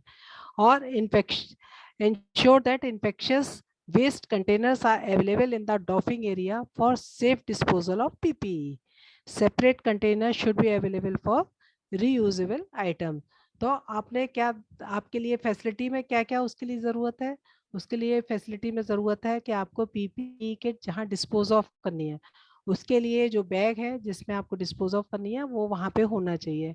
और जो आइटम्स आपके रीयूज होने हैं, जिसको फिर से यूज कर सकते हैं, उसके लिए एक अलग जगह होनी चाहिए। जो एक बार यूज सिंगल यूज वाले डिस्कार्ड हो जाएंगे, और सेकंड जिसको रीयूज कर सकते हैं तो वो उसमें डाल दीजिए, फिर वो स्टेलाइजेशन के लिए जाएंगे, ओके। फिर अब इसके बाद दूसरा स्टेप, आप प्रोसीजर करके आए, आपके हाथ में कुछ लगा हुआ है कुछ है, तो आपको सबसे पहले हैंड हाइजीन, आप सैनिटाइजर लेके, स्टाफ से दूसरा स्टाफ सैनिटाइजर दे देगा तो सबसे पहले सैनिटाइज कर लीजिए। फिर आपका सेकंड स्टेप है, आप जो ऊपर से प्लास्टिक का एप्रन पहने थे उस एप्रन को निकालना है, लेकिन उसको एप्रन को ही टच करना है, आपको पूरे शरीर को नहीं टच करना है, सीधे बस एप्रन को टच करते हुए उसको निकाल दीजिए। Remove apron leaving forward and taking care to avoid contaminating your hands. When removing disposable apron, tear it off at the neck and roll it down without touching the front area. Then untie the back and roll the apron forward. मतलब वो apron को आपको आगे की तरफ निकाल के और फिर उसको रोल करना है, ठीक है। रोल करके आपको जहाँ रीयूज में है तो रीयूज में डाल दीजिए, डिस्पोज ऑफ करना है तो डिस्पोज ऑफ में डाल दीजिए। फिर आपको फिर हाथ वॉश करना है, perform hand wash on gloved hand. एक ग्लव आपका अभी तो ग्लव्स उतारा नहीं है, अब आपके ग्लव्स पहने हुए हैं दोनों, हैंड वॉश करना है। फिर अब इसके बाद आपको आउटर पेयर, पहला वाला ग्लव्स मतलब जो बाद में पहना था उसको उतारना है, ओके। और फिर उसके बाद हैंड हाइजीन, फिर उसके बाद हाथ धोइए। हैंड हाइजीन मतलब इस समय आपको बार बार सोप वाटर की जरूरत नहीं है, ग्लव्ड हैंड पर आप सैनिटाइजर यूज कर सकते हैं, ओके। नेक्स्ट, फिर उसके बाद आपको क्या रिमूव करना है, आपने हेड एंड नेक पे जो कवरिंग यूज की है उसको उसको यूज करना है। एक सेकेंड हेलो, हाँ किसका, हेलो,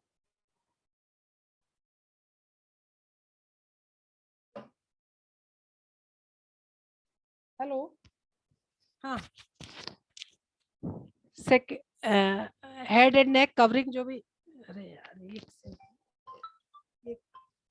हेलो, हाँ किसका बोल, हाँ बोल।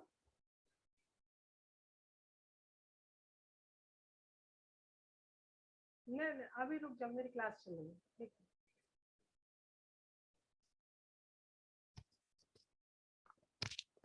हेलो, हाँ, फिर नेक्स्ट आपको हेड एंड नेक कवरिंग को रिमूव करना है। तो इसमें भी प्रिकॉशन लेनी है कि वो किसी चीज से टच ना करे। Inside rolling back to front and from inside out, मतलब जब भी आप उतारेंगे तो वो इनसाइड जो है वो आउट हो जाएगा और ऐसे करके उसको निकालना है। फिर उसके बाद आपको जो गाउन जो आपने पहले पहना था, नेक्स्ट स्टेप है उस गाउन को उतारना। अनटाई करा लीजिए पीछे से और उसको आप ऐसे करके, और जब वो फोल्ड करेंगे तो उसको जो ऊपर की सरफेस है वो अंदर चली जाएगी और अंदर की सरफेस है बाहर आ जाएगी। उसको रोल करके आपको डिस्पोज ऑफ करना है। फिर आपको फिर हैंड हाइजीन देना है, ग्लव हैंड को फिर सैनिटाइज करना है। नेक्स्ट, फिर आई प्रोटेक्शन आप निकालना है। आई प्रोटेक्शन या फिर आपने फेस मास्क पहना है, फेस शील्ड पहनी है या आई कवर जो भी पहना है उसके बाद निकालना है। फिर next is to remove the mask, और मास्क निकालने के बाद फिर आपको हैंड हाइजीन करना है। जितना भी आप सामान उतारते जाएंगे उसके बाद आपको हैंड हाइजीन, सैनिटाइजर लेके, बस थोड़ा सा सैनिटाइजर लेके पूरा उस पे जैसे पूरे ग्लव्स पे आ जाए। फिर उसके बाद आप रबर बूट उतार दीजिए। फिर उसके बाद आप रबर बूट उतारने के बाद हैंड हाइजीन, आपको हाथ से उतारना पड़ रहा है या कुछ कर रहा है तो उसके बाद फिर हैंड हाइजीन करिए। हैंड हाइजीन के बाद आखिरी में आपको ये पहला पेयर ग्लव जो पहना था वो उतारना है, ठीक है। और फिर उसके बाद आपको फिर हाथ हैंड हाइजीन। तो इसलिए आपको समझ में आया हैंड हाइजीन कितना इंपॉर्टेंट है। हैंड हाइजीन आपने एक बार पीपी ग्लव्स पहनने में और उतारने में हमको लगता है कम से कम 10-12 बार किया होगा। तो इसलिए हैंड हाइजीन का ख्याल बहुत करना है और प्रॉपर हैंड हाइजीन करना चाहिए। Okay, next.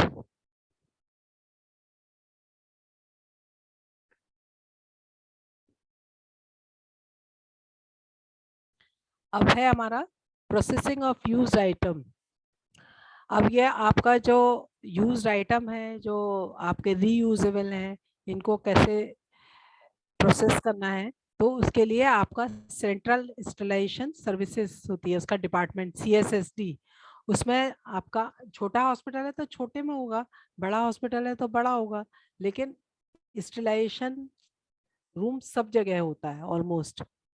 तो उसमें आपको कैसे डिसइंफेक्ट करना है, कैसे डिकंटेमिनेशन करना है, फिर उसकी कैसे क्लीनिंग करनी है। पहले सबसे पहले डिकंटेमिनेशन करना है, फिर क्लीनिंग करनी है, फिर स्टरलाइज करना है, फिर आपको स्टोर करना है नेक्स्ट प्रोसीजर के लिए। ओके, नेक्स्ट इज आप सबसे इम्पोर्टेंट आप लोगों ने सुना होगा कि ब्लीचिंग सॉल्यूशन बनाना है, ब्लीचिंग सॉल्यूशन, क्लोरीन सॉल्यूशन बनाना है। उसको क्लोरीन सॉल्यूशन सबसे पहले जो आपका रीयूजेबल आइटम है, तो सबसे पहले यूज करने के बाद आप किस में डालते हो, क्लोरीन सॉल्यूशन में। ओके, तो क्लोरीन सॉल्यूशन में सबसे पहले डालना है। तो क्लोरीन सॉल्यूशन पहले तैयार कैसे करोगे? क्लोरीन सॉल्यूशन तैयार करने के लिए आपको 1 लीटर में कितना क्लोरीन डालना है, कोई बताएगा क्या? नील, हेलो हेलो, कोई सुन नहीं रहा है क्या? Yes, हेलो, Yes, हाँ ma'am. हाँ, नहीं हम ये इंटरेक्टिव है कि सेशन की केवल हमको ही बोलना है, इन लोगों को? नहीं मैम, इंटरेक्टिव है। इंटरेक्टिव है ना? तो इन लोगों से कोई बताएगा, इन लोगों में से, स्टाफ में से, कैसे तुम लोग बनाते हो अपने bleaching solution, chlorine solution? 1 litre of water में 14.3 मिलीग्राम ऑफ ब्लीचिंग पाउडर मिलाने से उसका क्लोरीन सॉल्यूशन 14.3 नहीं, 14.3 नहीं, 15 ग्राम। तो इतना उसका कॉम्प्लिकेटेड मत करो। 14.3 तो तौलते ही रह जाओगे तुम लोग। मैं 15 ग्राम 15 ग्राम को नापने का क्या तरीका है? हमारे पास ना 1 स्पून है। हाँ, या तो टी स्पून आपके पास है तो 3 टी स्पून डाल दीजिए, और नहीं तो आपके पास माचिस का बॉक्स, जो स्टैंडर्ड माचिस का बॉक्स होता है, तो एक मैच बॉक्स 15 ग्राम के बराबर होता है यूजुअली। तो उसको एक को भर के 1 लीटर पानी में डालना है, लेकिन उसको डालने से पहले उसको डायरेक्ट पानी में नहीं डालना है। कैसे डालोगे? डायरेक्ट पानी में डाल दोगे? नहीं, वो पहले एक उसका पानी से थोड़ा सा पानी थोड़ा लेके सा, हाँ, उसका वो ले- पेस्ट बनाना है। ओके, तो उसको पहले थोड़े से उसमें से ही 1 लीटर में से ही थोड़ा सा पानी लेके उसका पेस्ट बनाना है, फिर उसको उसमें डालना है। और यदि आपके पास क्लोरीन लिक्विड है, वो जो 3.5% लिक्विड ब्लीच आती है, उसको यदि करना है आपको, तो कैसे करोगे? तो जैसे आपने उसको 20 ml लिया, या आपने 200 ml लिया उसको, तो 200 ml लिया तो आपको 6 हिस्से उसमें, उसको 7 हिस्से के बराबर करने के लिए 6 हिस्सा उतना और पानी मिलाना है। ठीक है, तो आपने जैसे 10 ml का ही बता दें, 10 ml लिक्विड ब्लीच लिया तो उसमें 60 ml पानी मिलाएंगे, तो 3.5% से वो 0.5% हो जाएगा क्लोरीन सॉल्यूशन। ओके, फॉर्मूला तो बहुत ज्यादा जरूरी नहीं है तुम लोगों के लिए, फॉर्मूला दिया हुआ है कैसे बनाना है, लेकिन सीधे सीधे उसमें 6 part of water and 1 part of liquid bleach mix करना है। 3.5% है तो यूजुअली 3.5% की प्रिपरेशन आती है। यदि आपका 1% है तो हाफ हाफ कर लीजिए, 2% है तो 1/4 और 3/4 कर लीजिए। ठीक है,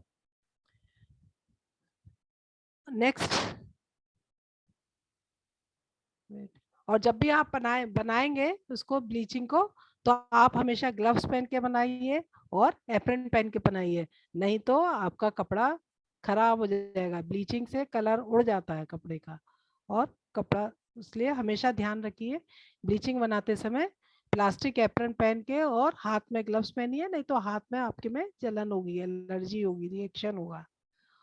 ओके, फिर आपका नेक्स्ट आता है proper handling and steps of waste disposal. Waste disposal के लिए सबसे ज्यादा इंपॉर्टेंट है आपका सेग्रीगेशन ऑफ वेस्ट। पहले आप सेग्रीगेट कैसे करेंगे, फिर उसको कहाँ कलेक्ट करेंगे, और उसको स्टोर कैसे करेंगे, फिर वो कैसे ट्रांसपोर्ट होगा, फिर उसका कैसे ट्रीटमेंट होगा, डिस्पोजल ट्रीटमेंट। ठीक है, अब ये स्टेप बाय स्टेप हम आपको बताएंगे। नेक्स्ट इज सेग्रीगेशन, बताइए। Next, biomedical waste disposal segregation. Segregation के लिए बैग आपके, कोई बताएगा उसमें बैग में किस किस में क्या क्या डालते हैं? Yellow, red, white, blue. Yellow में बता। एनाटॉमिकल वेस्ट जाता है मैम, रेड में ओके, रिसाइकल, जो जिससे हम रिसाइकल कर सकते हैं, जैसे यूरिन बैग हो गया, ये सारा चीज डाल सकते हैं। और व्हाइट में शार्प चीज, जिससे, या फिर एम्पुल्स का जो होता है टूटा येलो में, वाला।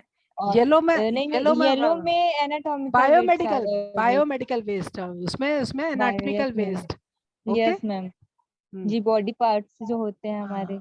और यस हमारे मैम, जो जो भी हमारे बॉडी से टच होके गया है, यस मैम, ब्लड जैसे होते हाँ, हैं। ब्लड से, ब्लड है, यूरिन है, ये सब यस आपके मैम, उसमें वो जाएगा। येलो में जाता है, येलो बैग में जाता ओके, और रेड में है। रेड में रिसाइकल मैम, जिससे जो रिसाइकल हो जो सकता है, रिसाइकलिंग, यूरो बैग हो। जो आपकी बॉडी से टच होके गया है वो रेड में जाएगा, जैसे ट्यूबिंग है, बॉटल्स हैं, यूरिन बैग्स हैं, सिरिंजेस हैं, ग्लव्स हैं, मतलब बॉडी से टच हो गया एक बार, तो वो पेशेंट की बॉडी से टच होने के बाद फिर वो रेड में चला जाएगा।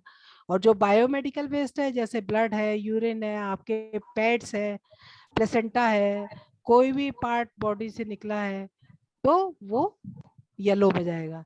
थर्ड है आपका वाइट। वाइट में हमेशा याद रखिए शार्प जाएगा, जैसे निडल है या आपकी नाइफ वगैरह है, लेकिन उसके लिए वाइट के लिए हमेशा ख्याल रखना है जो आपका बैग होगा वो पंक्चर पंक्चर प्रूफ होना चाहिए, उसमें पंक्चर ना करे। तो उसके लिए बॉक्स वगैरह आप अपने हॉस्पिटल में स्टील कांच की बोतल बना सकते हैं, या फिर कोई बॉक्स ले सकते हैं, कोई भी, मतलब जिसमें आपको वाइट का मेटल्स और उसमें वो डालना है। ब्लू में आपको क्या डालना है? ग्लास वेयर वेस्ट, जैसे, और ये जो कि रिसाइकलिंग के लिए जा सकते हैं। ग्लास में पहले जैसे आजकल तो कम यूज होते हैं, पहले हम लोग सिरिंज वगैरह यूज करते थे, ये करते थे, तो वो सब स्टेलाइज होती थी। तो ये सब उसमें जाएगा ब्लू में। Okay, next. अब आपके सेग्रीगेशन में ये आपकी पिक्चर दिखाया गया है, इसमें किस किस में कि सोर्स पे जहां पे आपका वेस्ट मटेरियल जनरेट हो रहा है वहीं उसी पॉइंट पे उसको सेग्रीगेट करना है। ये नहीं कि पहले इकट्ठा कर लो सबको और फिर उसके बाद उसमें से छांट छांट के फेंको। ठीक है, ये प्रोसीजर सही तरीका नहीं है। सही तरीका है जहां पे आप वेस्ट प्रोड्यूस हो रहा है एट द सोर्स, वहीं पे आपको सेग्रीगेट ब्लू में आपको जो डालना है ब्लू में डालिए, जो रेड में डालना है यूरिन बैग्स वगैरह जो ब्लड में डालिए, बायोमेडिकल वेस्ट येलो में डालिए, और जो ग्रीन में जो घर का कूड़ा जो होता है, जैसे पेशेंट खाना खाता है फ्रूट्स और ये सब, तो जो फूड मटेरियल्स वो ग्रीन में जाते हैं। Okay, next. और आप लोग बहुत ख्याल करिए, जब आप पेशेंट को इंजेक्शन लगाने जाते हैं तो आप ट्रे लेके जाइए और उसमें उसी हिसाब से उसमें उसके जो डिस्पोजेबल्स वगैरह को उसी हिसाब से कलेक्ट करिए। निडल को आपको डैमेज करके करना है तो उसको करके और तुरंत तुरंत बेड से पेशेंट के बेड पे कभी भी कोई सिरिंज या कोई भी मेडिकल वेस्ट नहीं छोड़ना है। उसको जाके जो जो उसका अपना सही जगह कहते हैं ना, सही को अपने अपने स्थान पे पहुंचा दीजिए उन लोगों को। Okay, segregate waste in correct liner for suitable treatment, जिससे उसका सुटेबल ट्रीटमेंट हो सके। उसको जिसको मतलब जिसको डिस्पोज ऑफ करना है वो डिस्पोज ऑफ होगा, जिसको सैनिटाइज होने जाना है वो सैनिटाइज मतलब स्टरलाइज होने जाना है स्टरलाइज होने जाएगा। वो तो उस हिसाब से इसको जहाँ तो इसका proper disposal segregation and disposal is very important. Okay, next. ये तो सब आपको अलग अलग बताया, जो हमने बताया ब्लू में यही डालना है। Glass waste, metallic implants, glassware such as broken and discarded vials, bottles, slides, glass, petri dishes, और ये व्हाइट वाले में जो नाइफ ब्लेड ये सब व्हाइट में जाने हैं, और उसका मेटेलिक उसका बॉक्स होना चाहिए जिसमें आपको डिस्पोज ऑफ करना है। नेक्स्ट।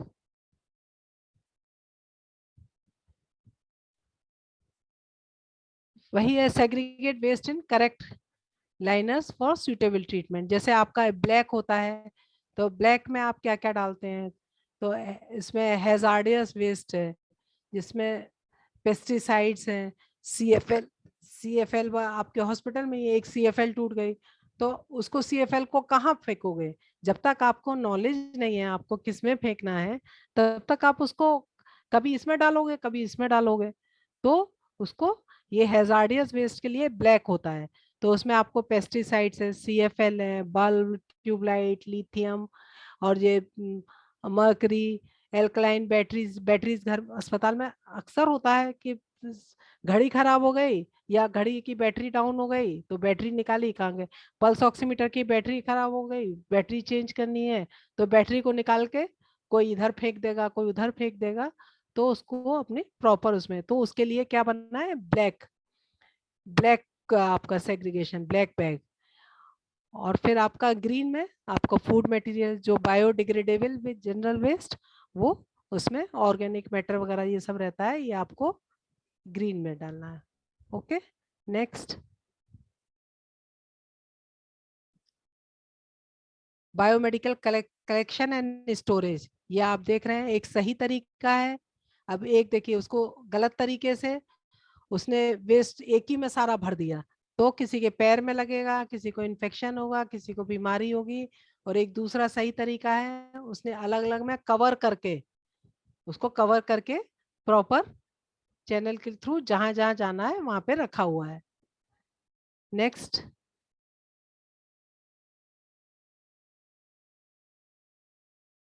अब इसमें आप देखिए कौन सा सही तरीका है ट्रांसपोर्टेशन का और कौन सा गलत तरीका है। अब एक उसमें बोरे में पूरा भर के एक थैले में भर के और एक आदमी पीछे से खींचता हुआ ले जा रहा है और वहीं पे पेशेंट है, वहीं से जा रहा है, तो इससे क्या होगा, पूरा इन्फेक्शन होगा। दूसरा तरीका है कि येलो प्लास्टिक में आप सब पूरा क्लिनिक का जो बायोमेडिकल वेस्ट है उसको लेके उसको बंद डिब्बे में, हमेशा बंद होना चाहिए, बंद डिब्बे में आप ट्रांसपोर्ट कर रहे हैं। ठीक है,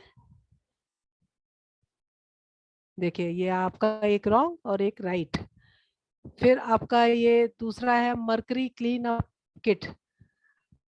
mercury spill kit contains, mercury spill के लिए है, लेकिन आजकल तो हम लोग मर्करी वगैरह यूज नहीं हुए हैं, उस पर बैन लग गया है, मर्करी का कुछ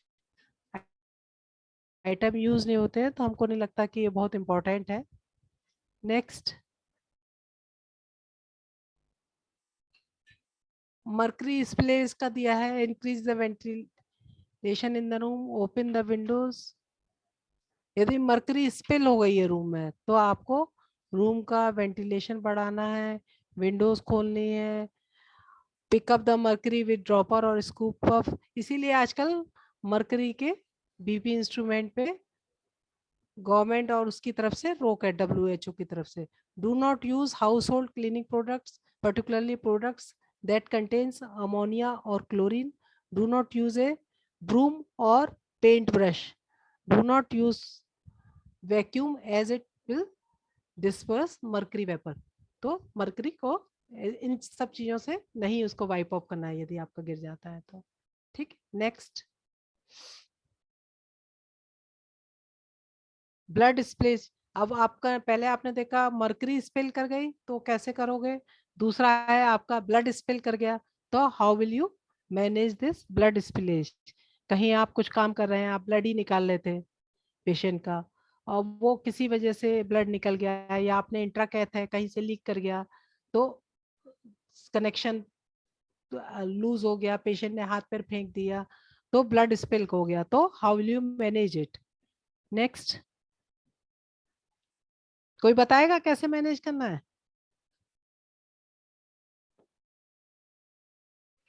चलो हम भी बता देते हैं। तो इसमें यूज पीपी मतलब पर्सनल प्रोटेक्टिव, आप हाथ में ग्लव्स पहने हुए हैं तो ग्लव्स ही काफी है। इसमें यदि स्टाफ है आपका, हाउसकीपिंग स्टाफ है या आपका स्वीपर है या नर्सिंग स्टाफ है, एनी कोई भी हो सकता है, तो उस पर जब ब्लड स्पिल हो गया तो उस पर कोई एब्जॉर्बेंट मटेरियल डाल दीजिए जिससे कि वो ब्लड को स्पिल कर ले। फिर उसके बाद जो एब्जॉर्बेंट मटेरियल है उसको किस में डालोगे, कोई बताएगा? येलो वाले में। येलो वाले में। क्यों? क्योंकि ब्लड क्योंकि बायोमेडिकल blood- वेस्ट है। yes, ब्लड हमेशा बायो, जिससे ब्लड छू जाएगा वो बायोमेडिकल वेस्ट हो जाएगा। ठीक है, पेशेंट सैनिटरी नैपकिन है उसमें ब्लड लगा हुआ है वो भी बायोमेडिकल वेस्ट है, लेकिन हम लोग हॉस्पिटल के लिए बायोमेडिकल वेस्ट है और घर में तो सब जैसे करते हैं वो उसको भी घर में भी आप लोग बस ख्याल करिए अपना सैनिटरी नैपकिन वगैरह को किसी उसमें कवर करके तब उसको फेंकिए।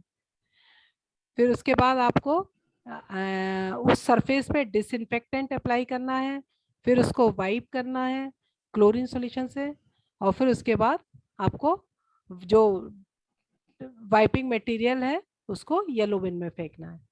ओके, पहले तो आपने सोक करके एक एब्जॉर्बेंट मटेरियल फेंका, फिर आपने उसको वाइप किया क्लोरीन से, फिर आपने जो जिससे वाइप किया उसको भी आपको डस्टबिन येलो में ही फेंकना है।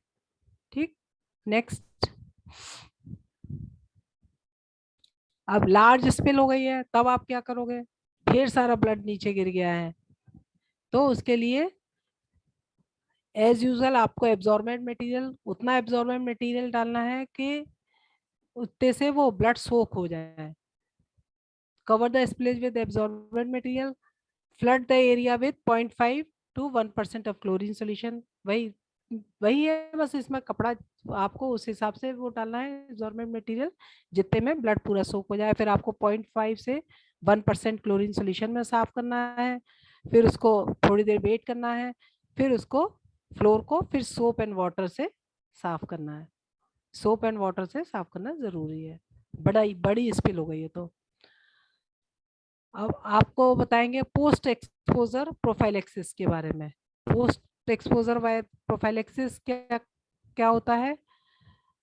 Wash the exposure site with soap and water immediately. जैसे आपका कुछ काम कर रहे हो और आपका हाथ में ग्लव्स नहीं है या आपके प्रिक हो गया या कुछ हो गया, तो क्या करना है आपको? सबसे पहले जहाँ पे भी आपका एक्सपोजर हो गया है उसको सबसे पहले सोप एंड वाटर से साफ करिए, और उसमें केमिकल क्लींजर कोई मत यूज करिए, और उसको स्क्वीज भी मत करिए वुंड को।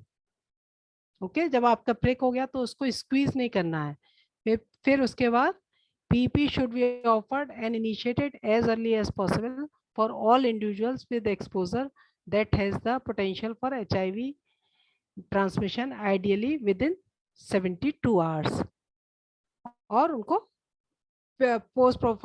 पोस्ट एक्सपोजर प्रोफाइलेक्सिस मिलनी चाहिए। HIV इन्फेक्शन का यदि आपको डाउट हो रहा है तो, या हेपेटाइटिस का B है, CA सबका डाउट है, तो post exposure prophylaxis within 72 hours मिल जानी चाहिए। Okay, next. तो कभी भी कुछ ब्रेक हो गई है तो ये नहीं कि उसको छिपा लो, अपने हॉस्पिटल की जो भी अथॉरिटी है, जो आपकी कंसल्टेंट है, आपकी डॉक्टर है, उनको जरूर बताइए। Next, microbiological surveillance. Microbiological surveillance के बारे में हमने बताया था। नील लगा दो आगे। स्वाब आपको ओटी से, लेबर रूम से स्वाब लेना है, तो स्वाब का एक पर्टिकुलर टाइम होता है। आपको स्वाब कब लेना है, तो स्वाब कहाँ से लेना है? डिलीवरी टेबल से लेना है, डोर से लेना है, हैंडल से लेना है, प्रोसीजर लाइट से लेनी है। ओके, और ओटी से जो स्वाब लेना होता है वो हर हफ्ते लेना होता है, और लेबर रूम से आप मंथली, महीने में एक बार ले सकते हैं। और जो स्वाब जो जाएगा वो कल्चर के लिए जाएगा, और ओटी का swab once in a month. OT में वीकली जाना है, यदि आपका केसेस ज्यादा हो रहे हैं तो वीकली, और वैसे तो ओटी, अच्छा फ्यूमिगेशन का दिया हुआ है इसमें पहले। ओटी फ्यूमिगेट आपको करनी है वीकली, और लेबर रूम आपको फ्यूमिगेट करना है वन मंथली, और जो स्वाब लेना है ओटी से वो हर महीने लेना है। Fumigation and swab culture register should be maintain. आप जब भी अपनी ओटी को स्टरलाइज फ्यूमिगेट कर रहे हैं तो आप एक रजिस्टर बना के रखिए, आपने किस किस डेट में किस स्टाफ ने फ्यूमिगेट किया, उस पर साइन होना चाहिए प्रॉपर, और लेबर रूम कब कब फ्यूमिगेट हुआ और कब कब उसका कल्चर लिया गया, तो उसका डिटेल एक रजिस्टर बना के रखिए और उसको मेंटेन करिए, और उसमें जो भी स्टाफ कर रहा है उसका साइन होना चाहिए, नाम, प्रॉपर नाम और साइन। Okay, next. अब ये how to prevent from COVID infection. COVID infection से कैसे बचाएं, तो बता दिया आपने। वॉश हैंड्स को वॉश करना है with soap and water. Alcohol रब से भी वॉश कर सकते हैं। अपनी आंख को नहीं टच करना है, आपको नोज को नहीं टच करना है, माउथ को नहीं टच करना है। जो भी आपकी ओपन, जहाँ से इन्फेक्शन जा सकता है, नाक से आपकी सांस में इन्फेक्शन जा सकता है, आंख से इन्फेक्शन आपका सिस्टम, आंख से जाएगा फिर सिस्टमिक इन्फेक्शन हो जाएगा, आपके उससे मुंह से ओरल कैविटी से इन्फेक्शन चला जाएगा बॉडी में। तो इन सबको हाथ वॉश करने से पहले आपको आपका कुछ भी टच नहीं करना है। आप हॉस्पिटल से काम करके भी निकल रहे हैं तो काम करके निकलिए, तो आप अपना नाक, आंख, मुंह छूने से पहले हाथ जरूर वॉश करें। Okay, respiratory hygiene. Respiratory hygiene में आपको अपना मुंह कवर रखना है और नोज को कवर रखना है, और जब भी कोई, आपने मास्क नहीं पहना हुआ है लेकिन कभी किसी को छींक आ रही है या खांसी आ रही है तो रूमाल से उसको ढक लें।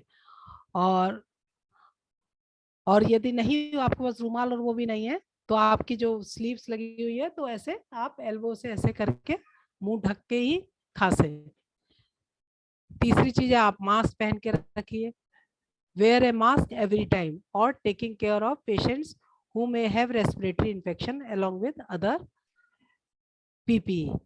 तो आपको हमेशा मास्क पहन के रखना है, और 2 2 गज की दूरी, 2 मीटर 2 गज की दूरी, दैट इज जरूरी। और वैक्सीन कराए, यदि जिसने किसी ने वैक्सीन, वैसे तो सबका हुआ होगा।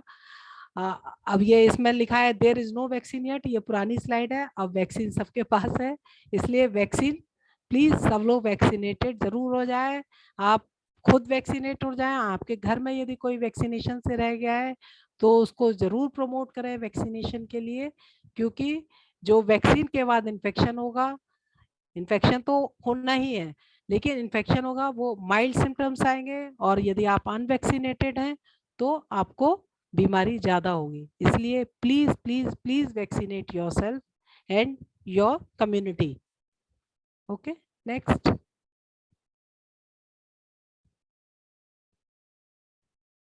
अब ये क्वेश्चन आ गया आपका, how many beans should be kept in the hospital. Hospital में कितने बिन्स की जरूरत है, कौन बताएगा, जल्दी जल्दी बताओ। 4 bins, 4 बिन्स, कौन कौन सा? yellow, yellow, red, red, yellow, red, blue, blue and blue White. and white. White. Yellow for biomedical, red, एक जितनी बार याद करो, जितनी बार रिवाइज करो उसको। Yellow for biomedical, red for जो आपकी बॉडी से टच होके जो भी जा रहा है, पेशेंट की बॉडी से जो टच होके जा रहा है, उसमें आपका ग्लव्स आ जाएगा, यूरिन बैग आ जाएगा, आपका इंट्राकैथ आ जाएगा, यूरिन ट्यूब्स वगैरह आ जाएंगी, आईवी सेट वगैरह आ जाएगा। ओके। वाइट में शार्प, उसमें ब्लेड्स और ये आपका निडल्स आ जाएंगे। फिर उसके बाद ब्लू, ब्लू में आपके ग्लासवेयर, जो शीशियाँ, मेडिसिन की शीशियाँ, या फिर ये आपकी ग्लासवेयर, जो कुछ भी उसमें सब आ जाएगा। ओके। क्लोरीन सॉल्यूशन को कैसे प्रिपेयर करेंगे वो तो अभी आप लोगों ने बताया, 1 लीटर में 15 ग्राम प्रोटीन डाल, 15 ग्राम ब्लीचिंग पाउडर डालना है। Okay.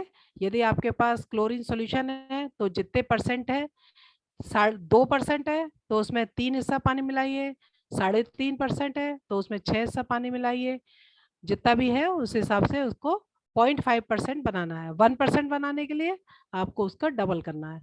Okay, next.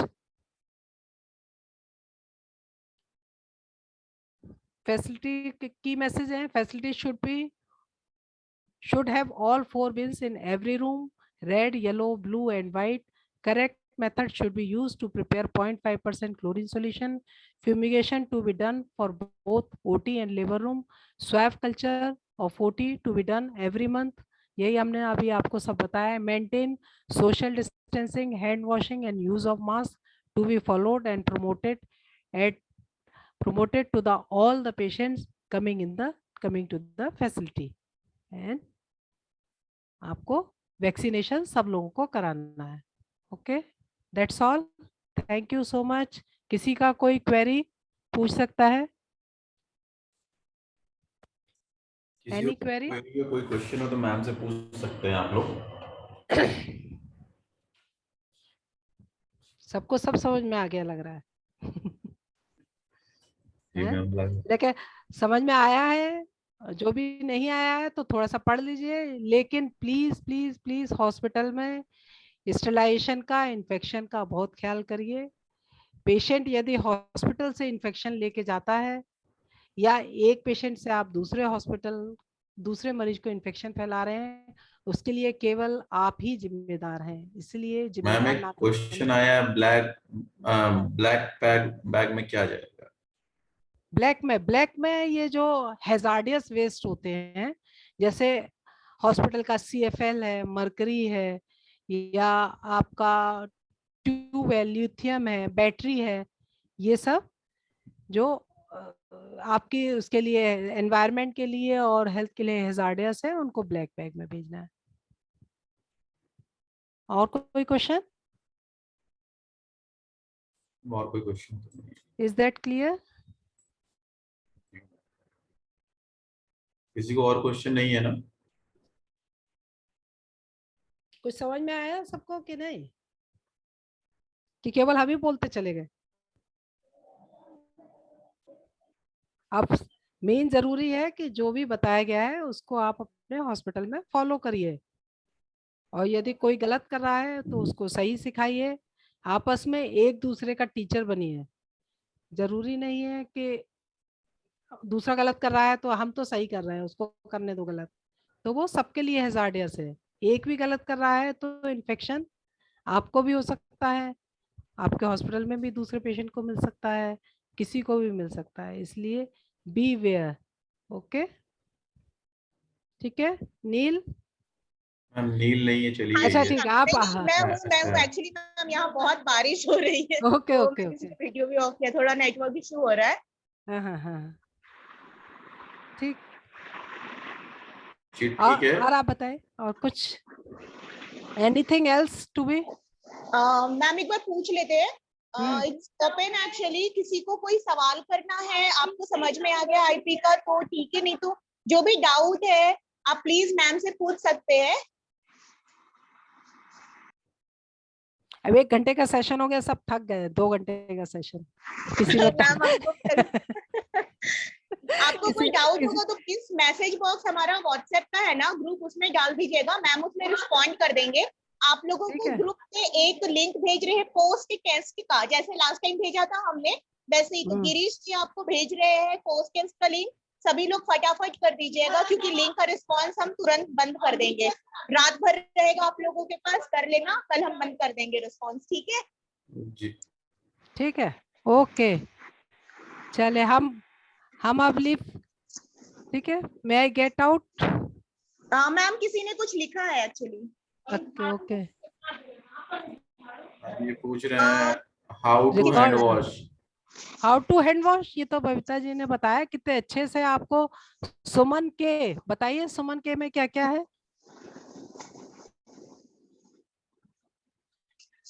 Running soap and water के साथ आपको पहले सीधा हाथ, फिर उल्टा, ये ऐसे, फिर ये ऐसे उल्टा हाथ, फिर आपको ये उंगली के बीच का, और फिर ये अंगूठा, मुट्ठी, ये नाखून, ठीक है, और फिर ये हथेली, ये पूरा सुमन के में सीधा उल्टा मुट्ठी और क्या है, एक अंगूठा और नकल्स एंड के कलाई। स्टेप बाय स्टेप आपको 40 से 60 सेकंड लगेगा उसको वॉश करने में। हम देख रहे थे बबीता जी बहुत अच्छे से बता रहे थे। जी मैम बताया था, मैं भी हो सकता उस समय वो ना हो। मैम एक्सक्यूज मी मैम, एक क्वेश्चन था मैम, पहले जैसे 6th या 7th स्टेप में करते थे, कभी बीच में अभी 9 स्टेप्स भी आ गए थे हैंड वॉश के, तो हर एक प्रोसीजर के लिए अलग अलग हैंड वॉश करना है या सुमन के हिसाब से ही करना है अभी? नहीं, जैसे आप शुरू में जब कर रहे हैं कोई भी ओटी के लिए या डिलीवरी के लिए, आप ग्लव्स नहीं पहने हैं, उससे पहले आपको प्रॉपर मतलब 40 से 60 सेकंड वॉश करना है। तो और लेकिन सैनिटाइजर से भी उससे पहले यदि आप सैनिटाइजर से कर रहे हैं नॉन ग्लव्ड हैंड में, तो वो 40 से 60 सेकंड आपको 1 मिनट पूरा लगेगा।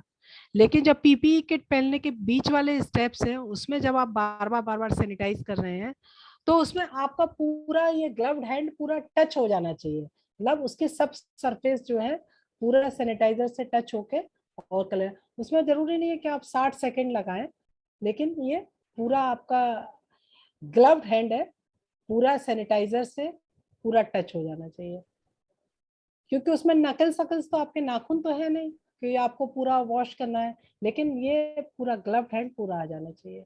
और यदि आपको जब भी वॉश करना है तो पूरा ही वॉश करना है सुमन के प्रोसीजर से पूरा। Neel, is it clear? I think सबको क्लियर हो गया होगा अभी।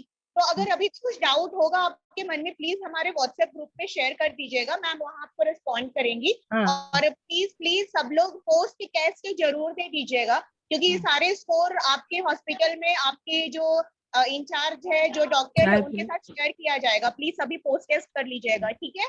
Thank you so much ma'am. Thank you. और जिन लोगों ने अपना अटेंडेंस नहीं भेजा है, वो लोग अपना अटेंडेंस भी ग्रुप में भेज देंगे हॉस्पिटल के नेम के साथ। Okay, thank you, okay, thank you so much. Thank you ma'am.